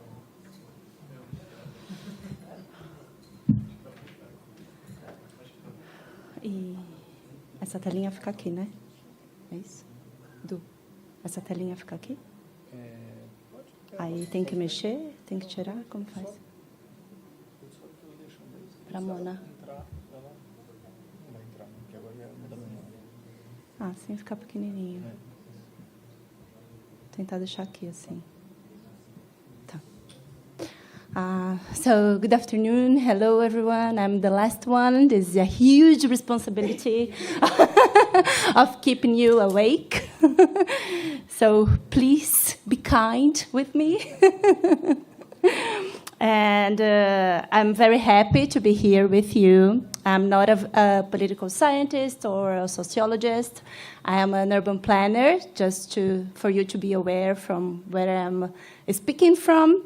And I'm very happy that I am talking about policy trajectories and in a very bold manner, as I'm not a political scientist or a sociologist, but I hope your feedback can make my work advance a lot. And, well, I'm happy that, as Walter Nichols highlighted, you are talking about a project that started long ago. So I am considering that my project is still going on. I have been working in this project for 4 years now, but I still have a lot of to think about. And also adopting the pattern of this day, adopting Emma's strategy of skipping methods. I will not talk a lot about it, but I'm very happy to talk afterwards about my methodology and my methods. So how can I pass? So I didn't present myself, but Eduardo already presented. Come, okay. No. Okay. So the outline of my presentation. So first, I will be talking about what are the areas targeted by Islam upgrading policies in large South American cities. So what kind of informality are we talking about? And I also would like to listen more from Lisa about what kind of informality we have in India. And then I'll talk about a little bit about long-term spatial temporal analysis of Islam upgrading policies. And I will bring key highlights based on the work that is published in this website. So basically, in this website, I have systematized a bunch of material on legislation, institutional frameworks, and plans, programs, and projects about Islam upgrading in 3 different Latin American cities in South America: São Paulo, Buenos Aires, and Medellin. And I can talk afterwards why I chose these cities. But to keep my time, I will move further. And then I will end up with some questions for a comparative, for what I think can be questions interesting for a comparative dialogue between South America and India and elsewhere. Okay, so first, just for you to have in mind the size of what we are dealing with, the size of informality in these 3 different cities. So, and in São Paulo, we are talking about moving here.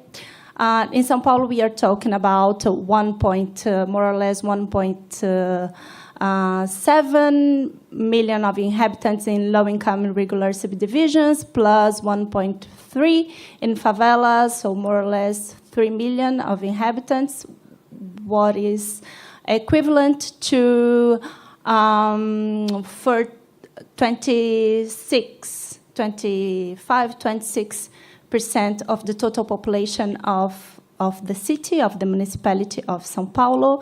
We are talking about cities that are all organized in decentralized political administrative unities. São Paulo, Buenos Aires, and Medellin. And Buenos Aires has a territorial extension much smaller than São Paulo, but is very dense. So the population in favelas are estimated around 250,000 to 400,000 inhabitants, and the estimates varies a lot because one is the official and the other is the estimate done by communities organizations.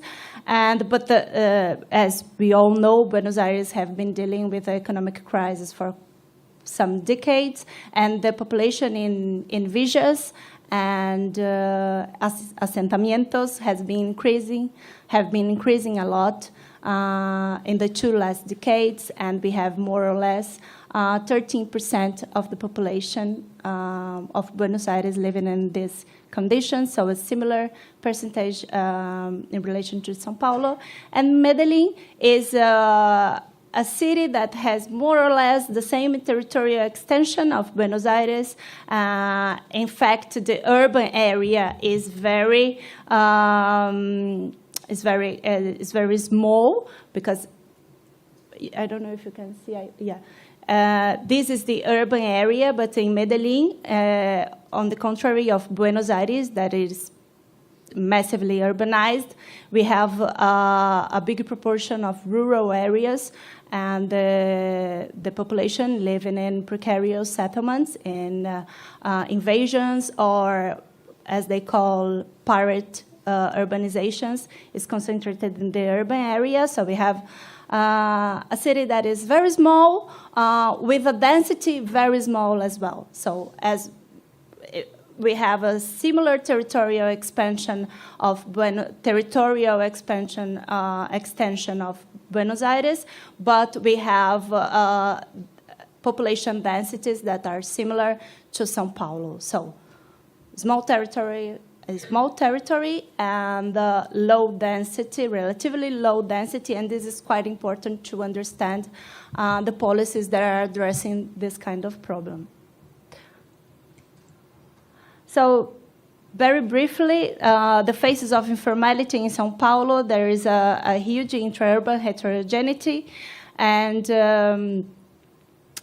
also within heterogeneity within the large favelas. So here we have some examples of very high densities, and we have very verticalized portions of the favelas, and we have areas that are reoccupied after public interventions. We have favelas that are very precarious because are situated in central areas and are constantly object of removals or intent of removals. And we have favelas that are also in the areas of expansion of the city, in the far peripheries, and that are more prone to natural and environmental vulnerable conditions. And in Buenos Aires is not very different. Both in São Paulo and in Buenos Aires, the majority of favelas or villas are located in public areas, in fiscal areas. And we have the similar problems in Buenos Aires. Just for you to have a quick view, we have very old favelas like Villa 31, Villa 20, and Villa 21, 24 that has been occupied since the dictatorship although we have very violent policies of eviction, and we have more recent occupied areas, more recent villas or nuevo asentamientos, like Villa Fraga and Villa Rodrigo Bueno, that are very well located in central areas. And in Medellin, the densities are very lower, as I said, but we have precarious settlements located in sites that are environmentally very vulnerable, and but this informal settlements have been much less object of evictions than in São Paulo and in Buenos Aires. They are very well consolidated, as you can see in these photos. Just very quickly for you to have a view of informality in these different cities, as I don't know if you are aware of it. And we also have, I said they are very consolidated, like in the three first pictures, but also, and the last one, that is in a very central area next to the National University. But we also have expansions in the high quotas, high levels, high curves of the topography. Very, very high in the topography, and that are in the limits of the city. The limits of the city is constantly changing as we have a huge rural area, so to accommodate these informal settlements.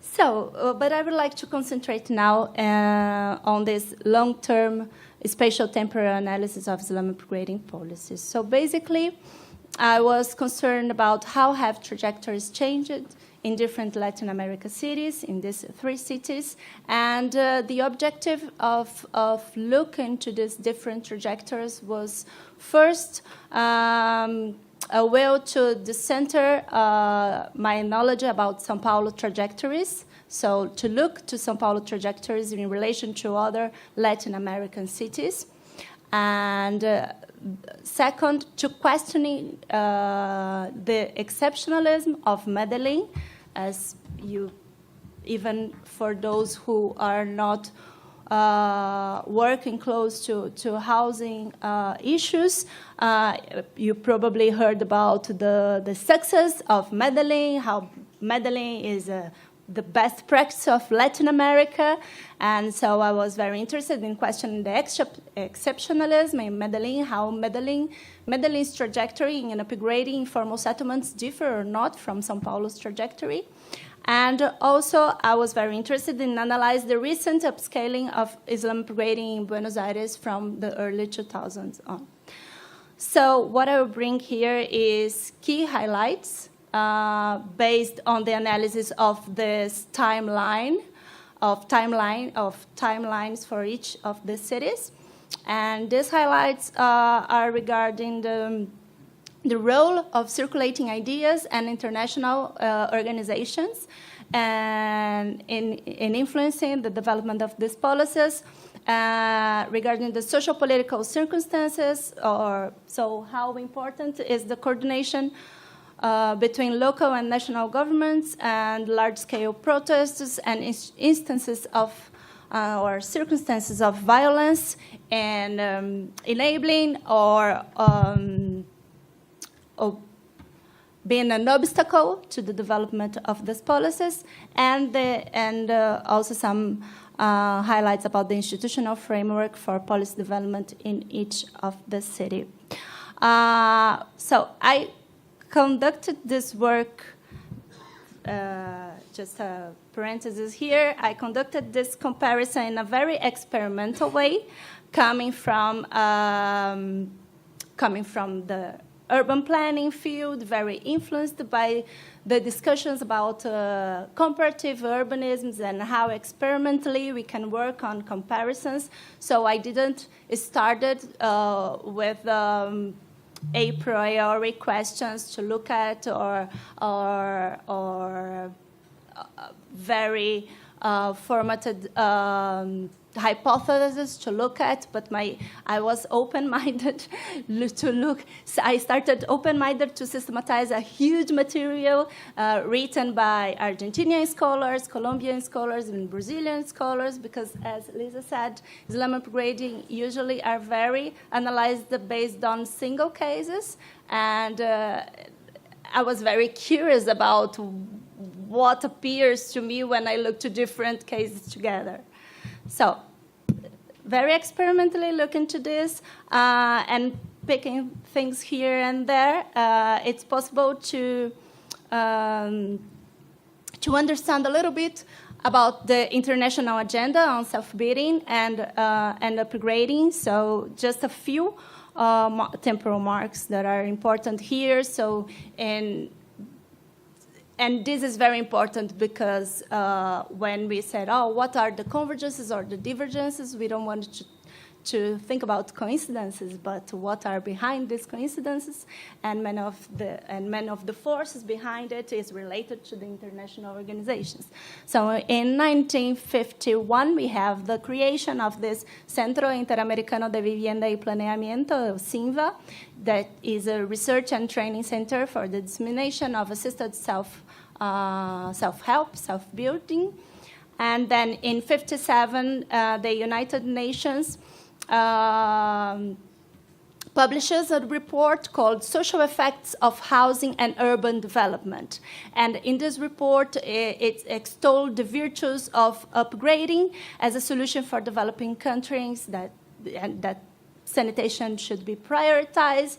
And then in 1966, USAID sent 3 consultants to Rio de Janeiro to understand the problem of slums in Rio, and they end up and they conclude that the rehabilitation concept was the better solution for the Brazilian Islam. So they state rebuild and not the demolition of the Rio de Janeiro, the Brazilian Islams was the best solution, and that this rebuilding should rely on the work of cooperatives and civic groups that already existed in the settlements, and relying also on the technical assistance of these international organizations, because everybody needs to, as we say here in Brazil, needs to sell their fish, and financing for, and counting on financing for the materials. And then in 1971, also, United Nations promotes international seminar in Medellin at the University of Antioquia, and the final report is entitled "Improvement of Slums and Uncontrolled Settlements." And then, just then, the World Bank enter in this story, and with the publication of the urbanization sectoral study. And this, it's in Portuguese, sorry, but this publication marks the entrance of World Bank in the urban question, because before of it, the World Bank was more involved in financing rural development and not urban development. So this is very important, because usually in the Brazilian literature, there is someone wrote and everybody starts to repeat in the Brazilian literature, but also somehow in the Latin American literature, that Islam upgrading is all about John Turner. And there is a huge story before the involvement of John Turner in this issue. So this is very important to highlight that the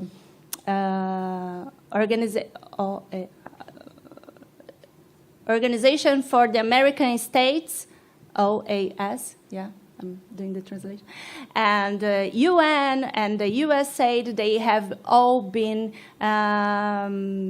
arguing for Islam upgrading for quite a while. But at the same time, movements associated with Catholic Church began to exert a strong influence among favela residents and to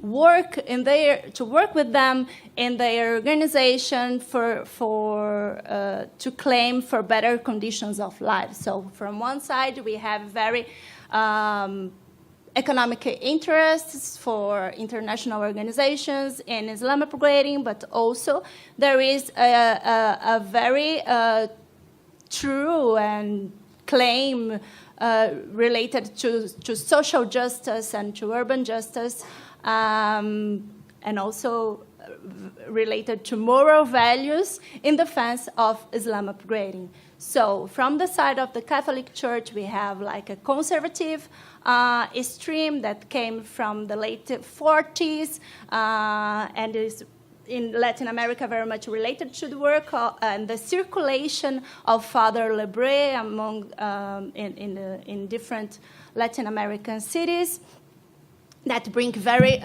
strong moral values. And then in the 50s and 60s, I'm talking very briefly about it. 50s and 60s, we have like a struggle between conservatives and progressives, and what happens in Rio is very emblematic of this struggle between the different streams in Catholic Church. And then from the 60s on, no, because not to today, but during the 60s, 70s, until the 80s, we can say that the informal settlements will be very much influenced by a progressive wing inside the Catholic Church, driven, for example, by the movement of priests for the Third World that emerges in Argentina in 67, but that will have a huge influence in all the cities. And one of for example, in São Paulo, many of the studies, or the majority of studies that traces the trajectory of Islamic propagating policies in São Paulo will emphasize the importance of the ecclesial communities for the development of these policies. And here, as Renata said, I don't know if Renata is not here anymore, but we just put timelines or table for you to believe that we've done some work. And you cannot see the timelines, but I invite you to access the digital platform, the website that I told you, that is part of this work. And but this timeline is I'm an urban planner, but I'm also an architect, and I really believe that this kind of visual resource helps me to think about the convergences and differences between the cities. So what I would like to bring here now is some considerations about how the Islamic upgrading policies moved through along the different decades. Focusing especially from the 80s, but I do believe that I need to bring some information that before the 80s, because from my point of view, in my analysis, they are key to understand, for example, the exceptionalism of Medellin, or why things are not working very well in Buenos Aires. So in São Paulo, laws for the massive officialization of roads in irregular subdivisions occurred during the 50s and 60s, and these laws helped a lot of the development of infrastructure in these areas. And this was a municipal initiative when there were no national program, policy, or guideline towards these settlements. And then in the late 70s, some alternative programs based on the development of sites and services and infrastructure in favelas started at the federal level. And in parallel, in the municipal level, there was a fund that was created to assist the population living in this informal, they call it subnormal settlements. And this fund was very important for the development of the pioneer Islam upgrading strategies. But different from Lisa, I will not, as I'm dealing with very different cases in different national contexts, in very different national contexts, I will not explain in details these developments, but I'm more interested here in talking to you, in talking with you about in bringing to you a panoramic view about these trajectories.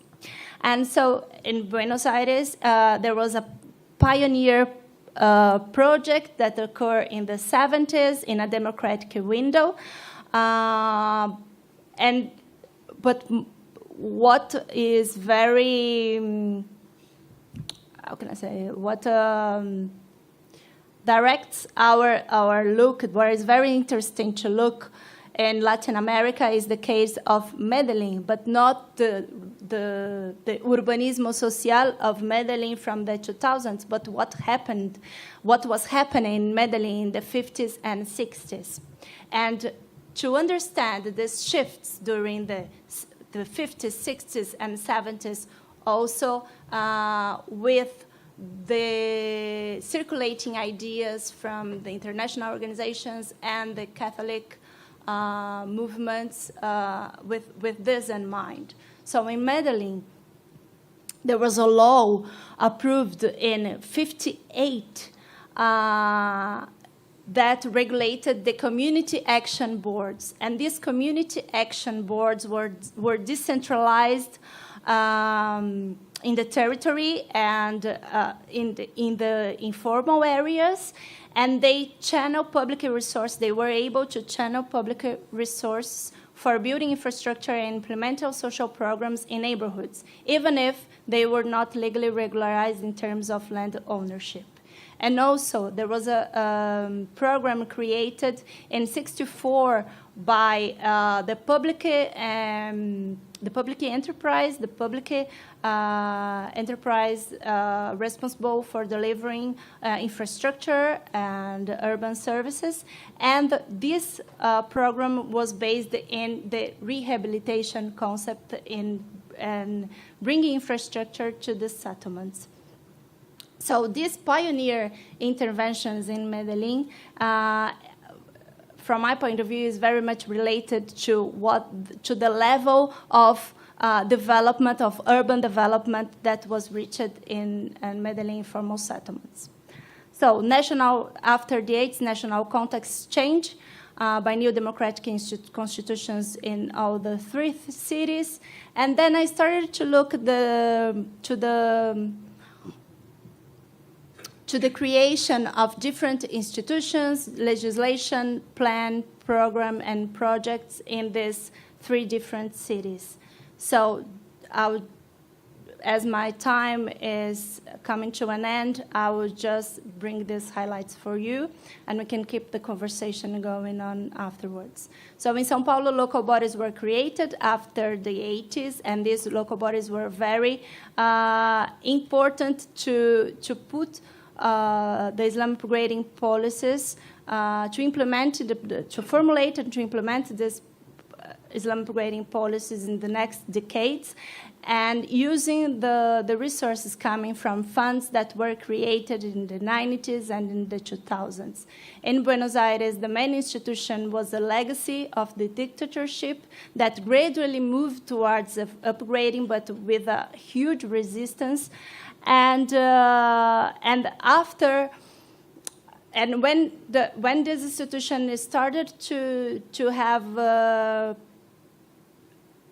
to be on track to implement Islam upgrading policies, a right-wing government was elected in the city and started to fragmenting and to weakening the institutions at this level. And just after large demonstrations in the 2010 and then 2015, that new municipal bodies was established towards Islam upgrading. And Medellin, as I said, there was policy functioning programs, important programs functioning since the 60s. And after the National Constitution and the Urban Reform Law that came in the 80s, and the Citizen Participation Law as well, not a lot of institutions were created. The creation of institutions was not very significant, but policies started to be implemented based on this program. So here I'm looking at what was the role of institutions. Then I looked to the role of legislation, and in São Paulo, the role of legislation was important only after the 20s, when Islam upgrading was like a consolidated practice inside the municipality. In Buenos Aires, legal fragmentation are a hallmark. In Buenos Aires, different from São Paulo and from Medellin, laws are the most important thing regarding Islam upgrading. Laws are approved for specific areas. Each specific area has a different law. But in despite of this, the functioning, the implementation of these upgrading projects only started after the 2010, when new secretaries, new bodies, local bodies was created. In Medellin, as I said, there is all these national laws that came after the national constitution. So in Medellin, we can see that the national level was very important to support the transformations that were already going on in the city since the 60s. And then in from the 90s and the 2000s, we have the implementation of a lot of programs, and both in São Paulo, as I will advance in Buenos Aires and Medellin, international institutions were not only funding, but also providing technical assistance. And so here are just a few information about the coordination the importance of coordination between local and national governments in Buenos Aires. And as I think that the coincidence of the same party was key in Buenos Aires for the launching of this policy, what didn't happen in the other two cases. And here I have some just images of how Islam progressed in the cities. I'll pass very rapidly because I want to end up with these questions for South America, India, and elsewhere comparative dialogue. So I think that I was wondering what are the key factors in the development of these policies. So the role of decentralization, what this exercise of building these timelines, of systematizing this huge literature, and also interviewing technical staff that worked in these policies. What they highlight for me is the role of decentralization and municipal autonomy, because even though we have many laws and programs launched in Buenos Aires during the 80s and 90s after the end of the dictatorship, Islam upgrading didn't took off, and we know that the autonomy of the city of Buenos Aires only came in late 90s. The role of agreements with international organizations, political agendas, the alignment of local government with the upgrading rationale, because as we see, for example, in Medellin, the alignment of local government of embracing this upgrading rationale came in the 50s and in the 60s, while in Buenos Aires, the acceptance of upgrading didn't came until late 80s, and the role of political coordination between different levels of government. But we cannot disregard or overlook the importance of social, demographic, and economic contexts, as the Buenos Aires case point for us, because for the economic crisis of 2001, in spite of the political alignment between national and municipal government, hindered for a while upgrading initiatives, and while the protests in the next decade somehow accelerated the implementation of this project. And so I think this first set of factors in the cases that I analyzed are the most relevant to explain the trajectories of this policy in the cities, but also there are some important movements that was driven by the choice of institutional strategies, legal and normative frameworks, and also I'd like to emphasize this dimension, this spatial temporal dimension, and how this dimension impacts the results. So, for example, in Medellin, the sequence of public policies, the development of expertise, and different layers of urbanization are elements that we need to consider when we analyzed the Medellin model or the Medellin as a best practice. And for instance, this is something that we do not have in Buenos Aires. So that's it. Thank you.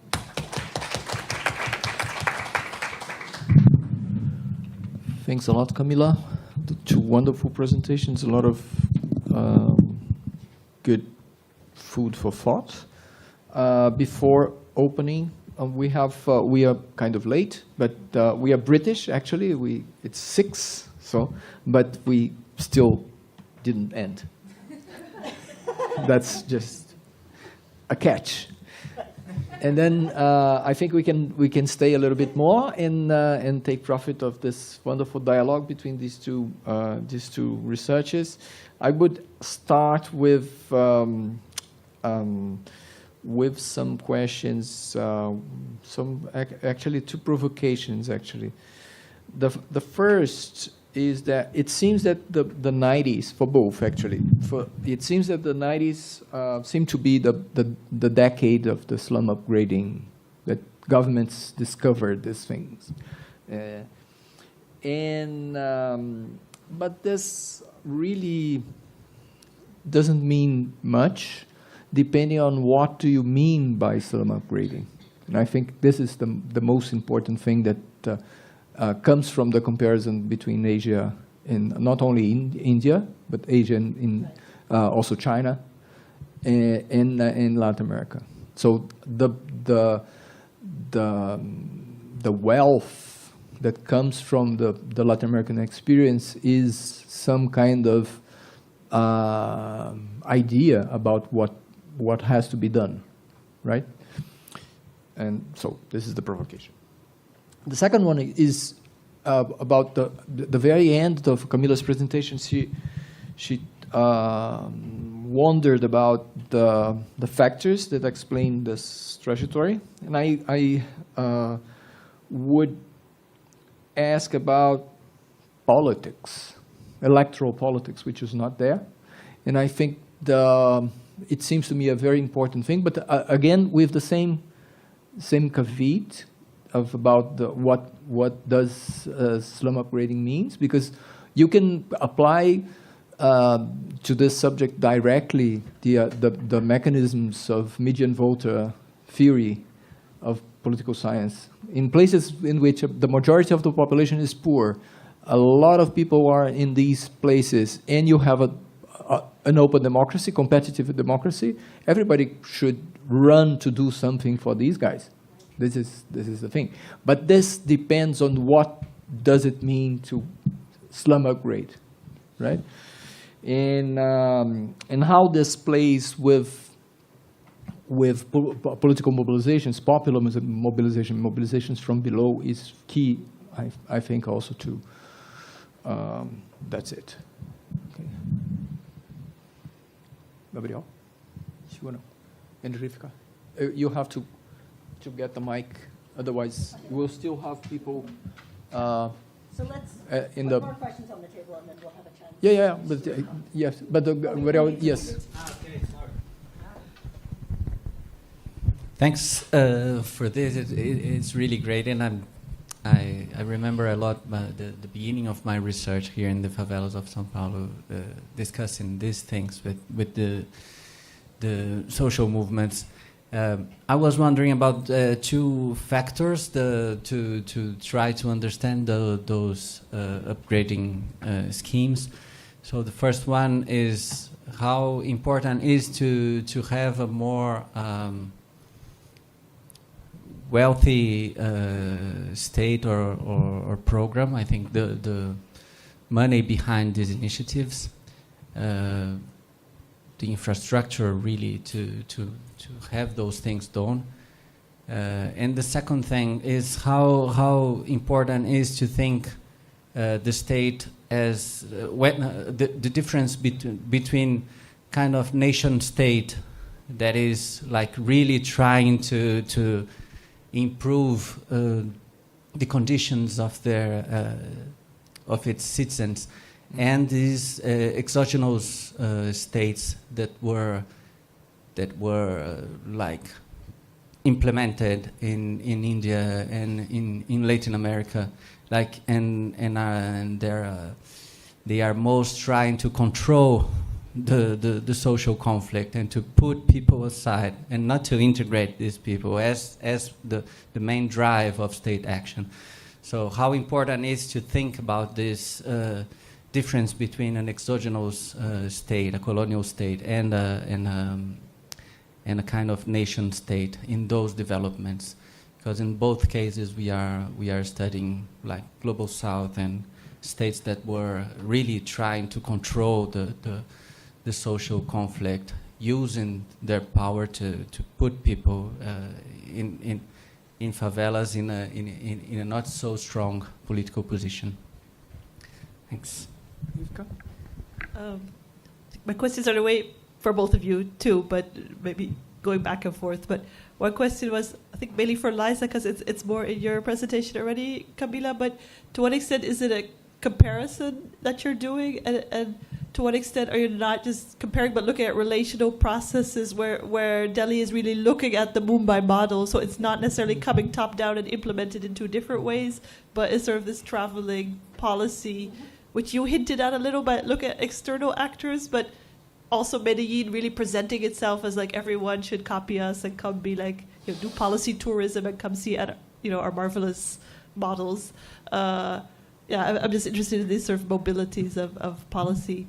But the other question that neither of you touched on too directly, though you were looking at all kinds of political context, is, so Liza, I'm thinking in particular, you were emphasizing sort of the economic drivers of a lot of this. But what about the electoral sort of stakes in clearing or developing certain areas and not others, or ensuring that a block of voters is so I'm wondering, how do those type of spatial politics, just voter blocks, do they play in any of these 5 cities? Do they play in specific ways, either to remove or to consolidate or to reward or these clientelist networks in a really sort of electoral context?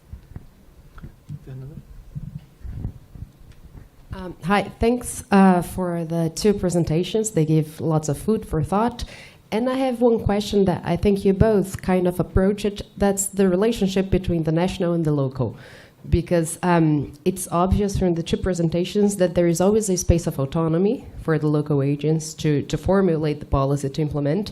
But there is also a dialogue between what the national government is doing, planning, how it's conceiving urban policy, how it's financing urban policy, and it dialogues with the local action. And I'm thinking specifically because Camila mentioned that sometimes you have like coincidence of agenda, for example. So it's easier to advance this agenda locally. And people from UFABC, they have studied this a lot, how local governments here in Brazil, they kind of took advantage of national programs and they adapted to their local agendas. Some people here at FEFALESH have kind of learned the same thing. But I was wondering what happens at the local level when there is a dissonance in terms of conceptualization of the policy with the national level. Like Walter. Like Walter was saying. Yeah, and I think this is very strong for us here in Brazil because we know that this agenda of slum upgrading has been losing strength. So maybe this question is more to Camila, but I would love to listen about this possible dissonance about the two levels in India too.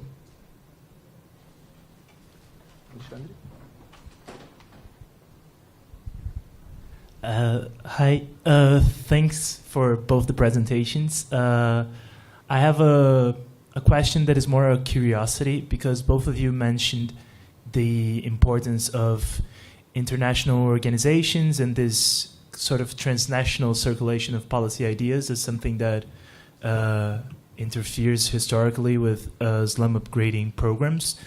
And I was wondering if more recently, if the discourse of climate adaptation, climate change has been used in some way to support or to shape some specific aspects of slum upgrading projects, because I study municipal climate policy, and most of the policy that is directed towards urban planning, it's incentives for sustainable buildings at the city center is not something that it's looking at the periphery. So I wonder if this appears in some other way.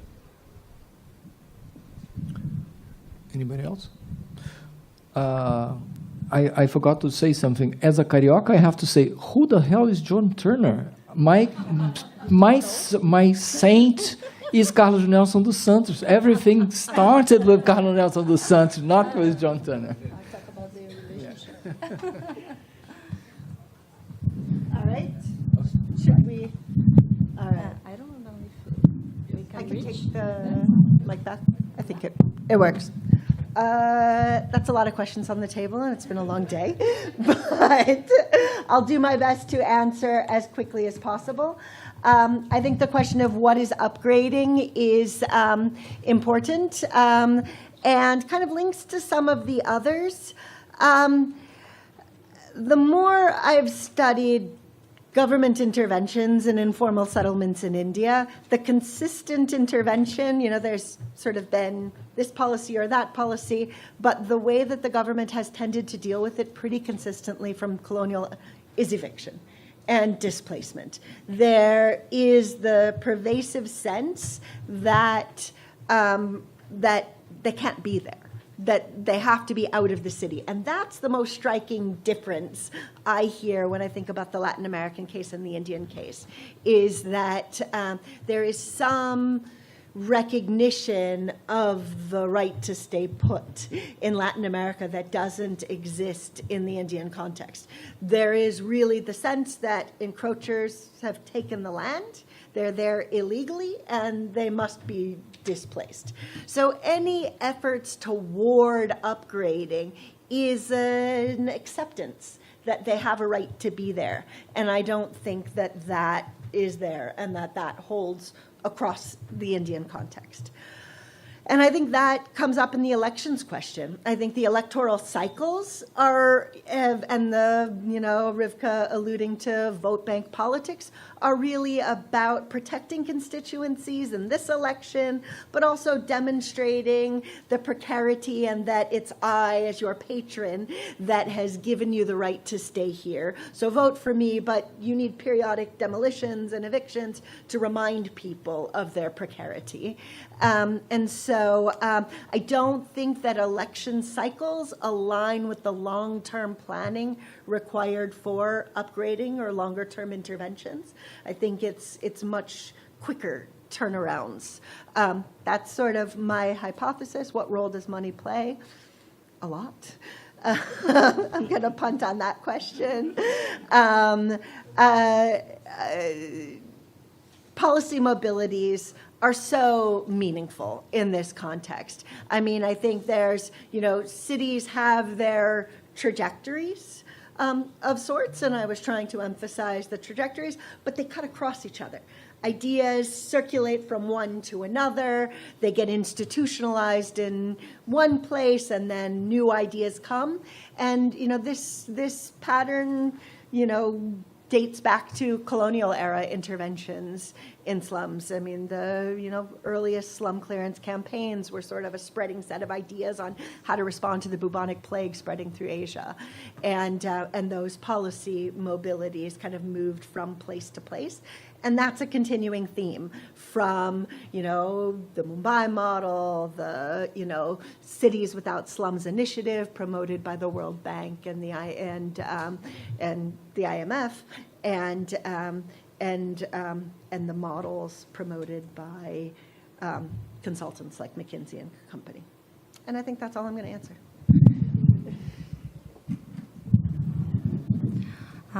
So thank you for these very insightful questions. I will also try to address them, but I don't know how many of them I'll be able to address with quality. So when Eduardo said, what do you mean by Islam upgrading? I think that there is also a question that comes before this one, that is, what do we mean by informality as well? Because we have different types of informality, and we have to understand what types of informality we have on the table before thinking about what type of Islam upgrading are we comparing. So I didn't say about methodology, but when I was trying to understand these different types of policies in trajectories in these different cities, my first movement was to understand what were the different types of informalities and their origins in each of the cities. And of course, as Gabriel said, we are all colonial cities. We have this issue with land, and but the way that it started as an invasion or as an irregular subdivision or pirate urbanization and Medellin is very relevant because of the agents that are involved, private developers or pirate private developers, or invasions organized by social movements. So not to expand a lot of this, but I think we have to think about what kind of informality and then what kind of Islam upgrading, and what we think about, what we have as Islam upgrading in Latin America is very different for what have been happening in terms of redevelopment in India. But I want to dig more into the Buenos Aires case, but perhaps what have been happening in Buenos Aires is a mix of Islam upgrading and redevelopment. And the role of electoral politics, I didn't address as much as it was important, but I think this is a very relevant factor. But I don't think it's determinant. The electoral politics. Well, I don't know. I don't have the instrumental to analyze the formation of voters and of vote.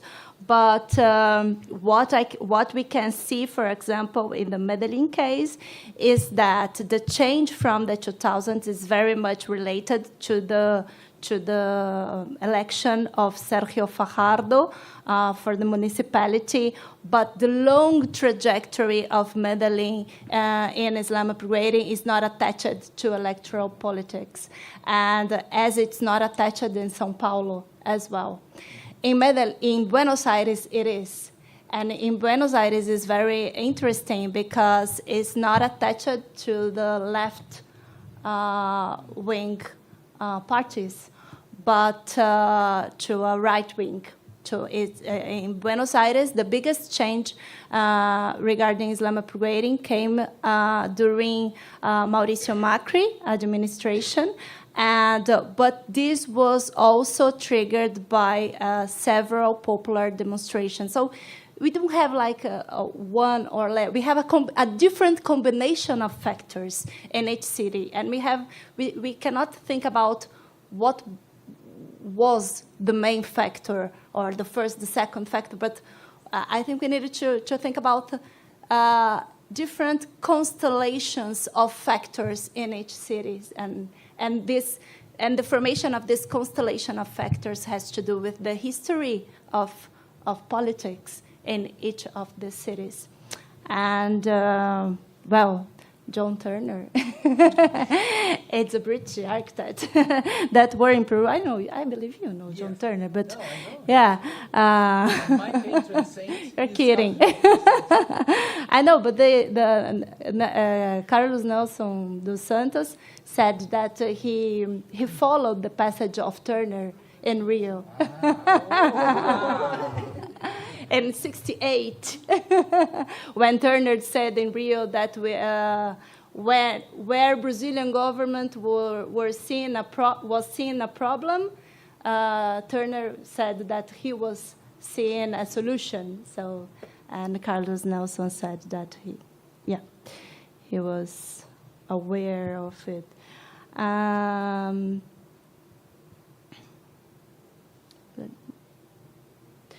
Well, and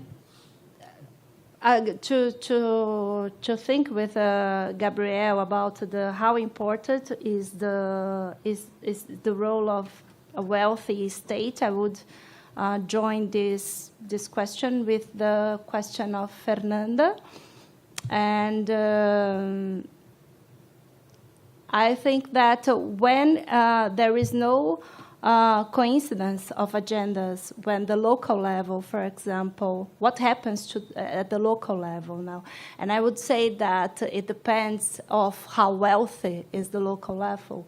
So, for example, in São Paulo, even during Bolsonaro, we have municipal funds to keep running Islam upgrading policies. There was no political will, but we have the funds. And I would say that this is the case of Medellin. So Medellin is not very much dependent of the electoral politics because it's a very wealthy city.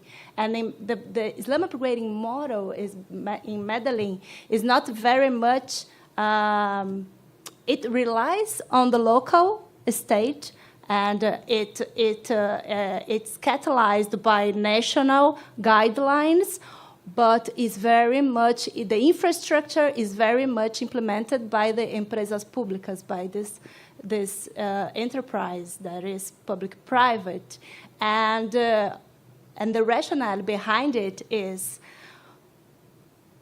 half of the city are in informal conditions. If I don't provide infrastructure, I will not have a health enterprise because I need payments. So this is the... And regarding the climate adaptation discourse, well, now everything is about climate adaptation. And for international organizations, Islam upgrading now is the fundamental policy because of climate adaptation, but also for social movements, you can see the discourse not only based in social justice, but also in environmental justice and environmental racism. So discourses have been changing, but more or less I think that the policy is the same. And just one final comment about policy mobilities, and within this context in Latin America, it's huge. Sometimes it's facilitated by international organizations, but it also happens independently of international organizations' work, and sometimes it has good results. Sometimes it's not. We would have to analyze each case, but I'll just end with this image. This is an image of Villa 31 in Buenos Aires, and it was one of the first Islam upgrading policies of the new generation of the Macris and Larreta generation, and it has a completely different physical project approach, urban project approach of other villas. And in this villa, there was a consultant from Medellin, which was a local politician from Sergio Farjado administration that worked as a consultant afterwards. It happens a lot. Many politicians, technical staff, or that are in political coordination position in São Paulo, for example, worked for the World Bank and etc. But then this model of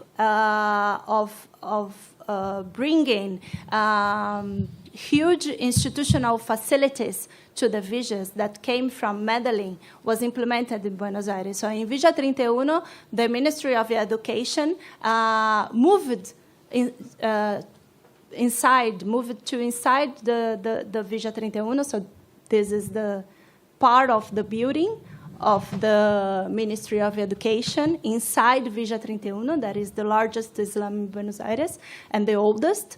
And all this urban design was implemented together with the move of the Education Ministry, bringing the example of Medellin. And also you have there is a huge cycle lane from outside Villa 31 only until the Ministry of Education, not in only other parts of the Villa 31.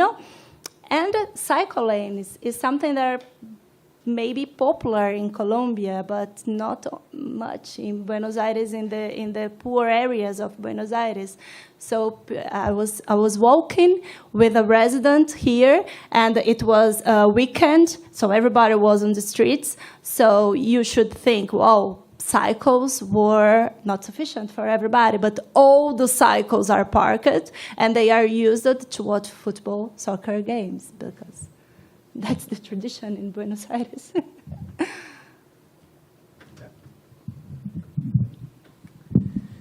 So thank you, Camila. Thank you, Liza. With this, we end the seminar. It was wonderful. Yeah, thank you. Thank you.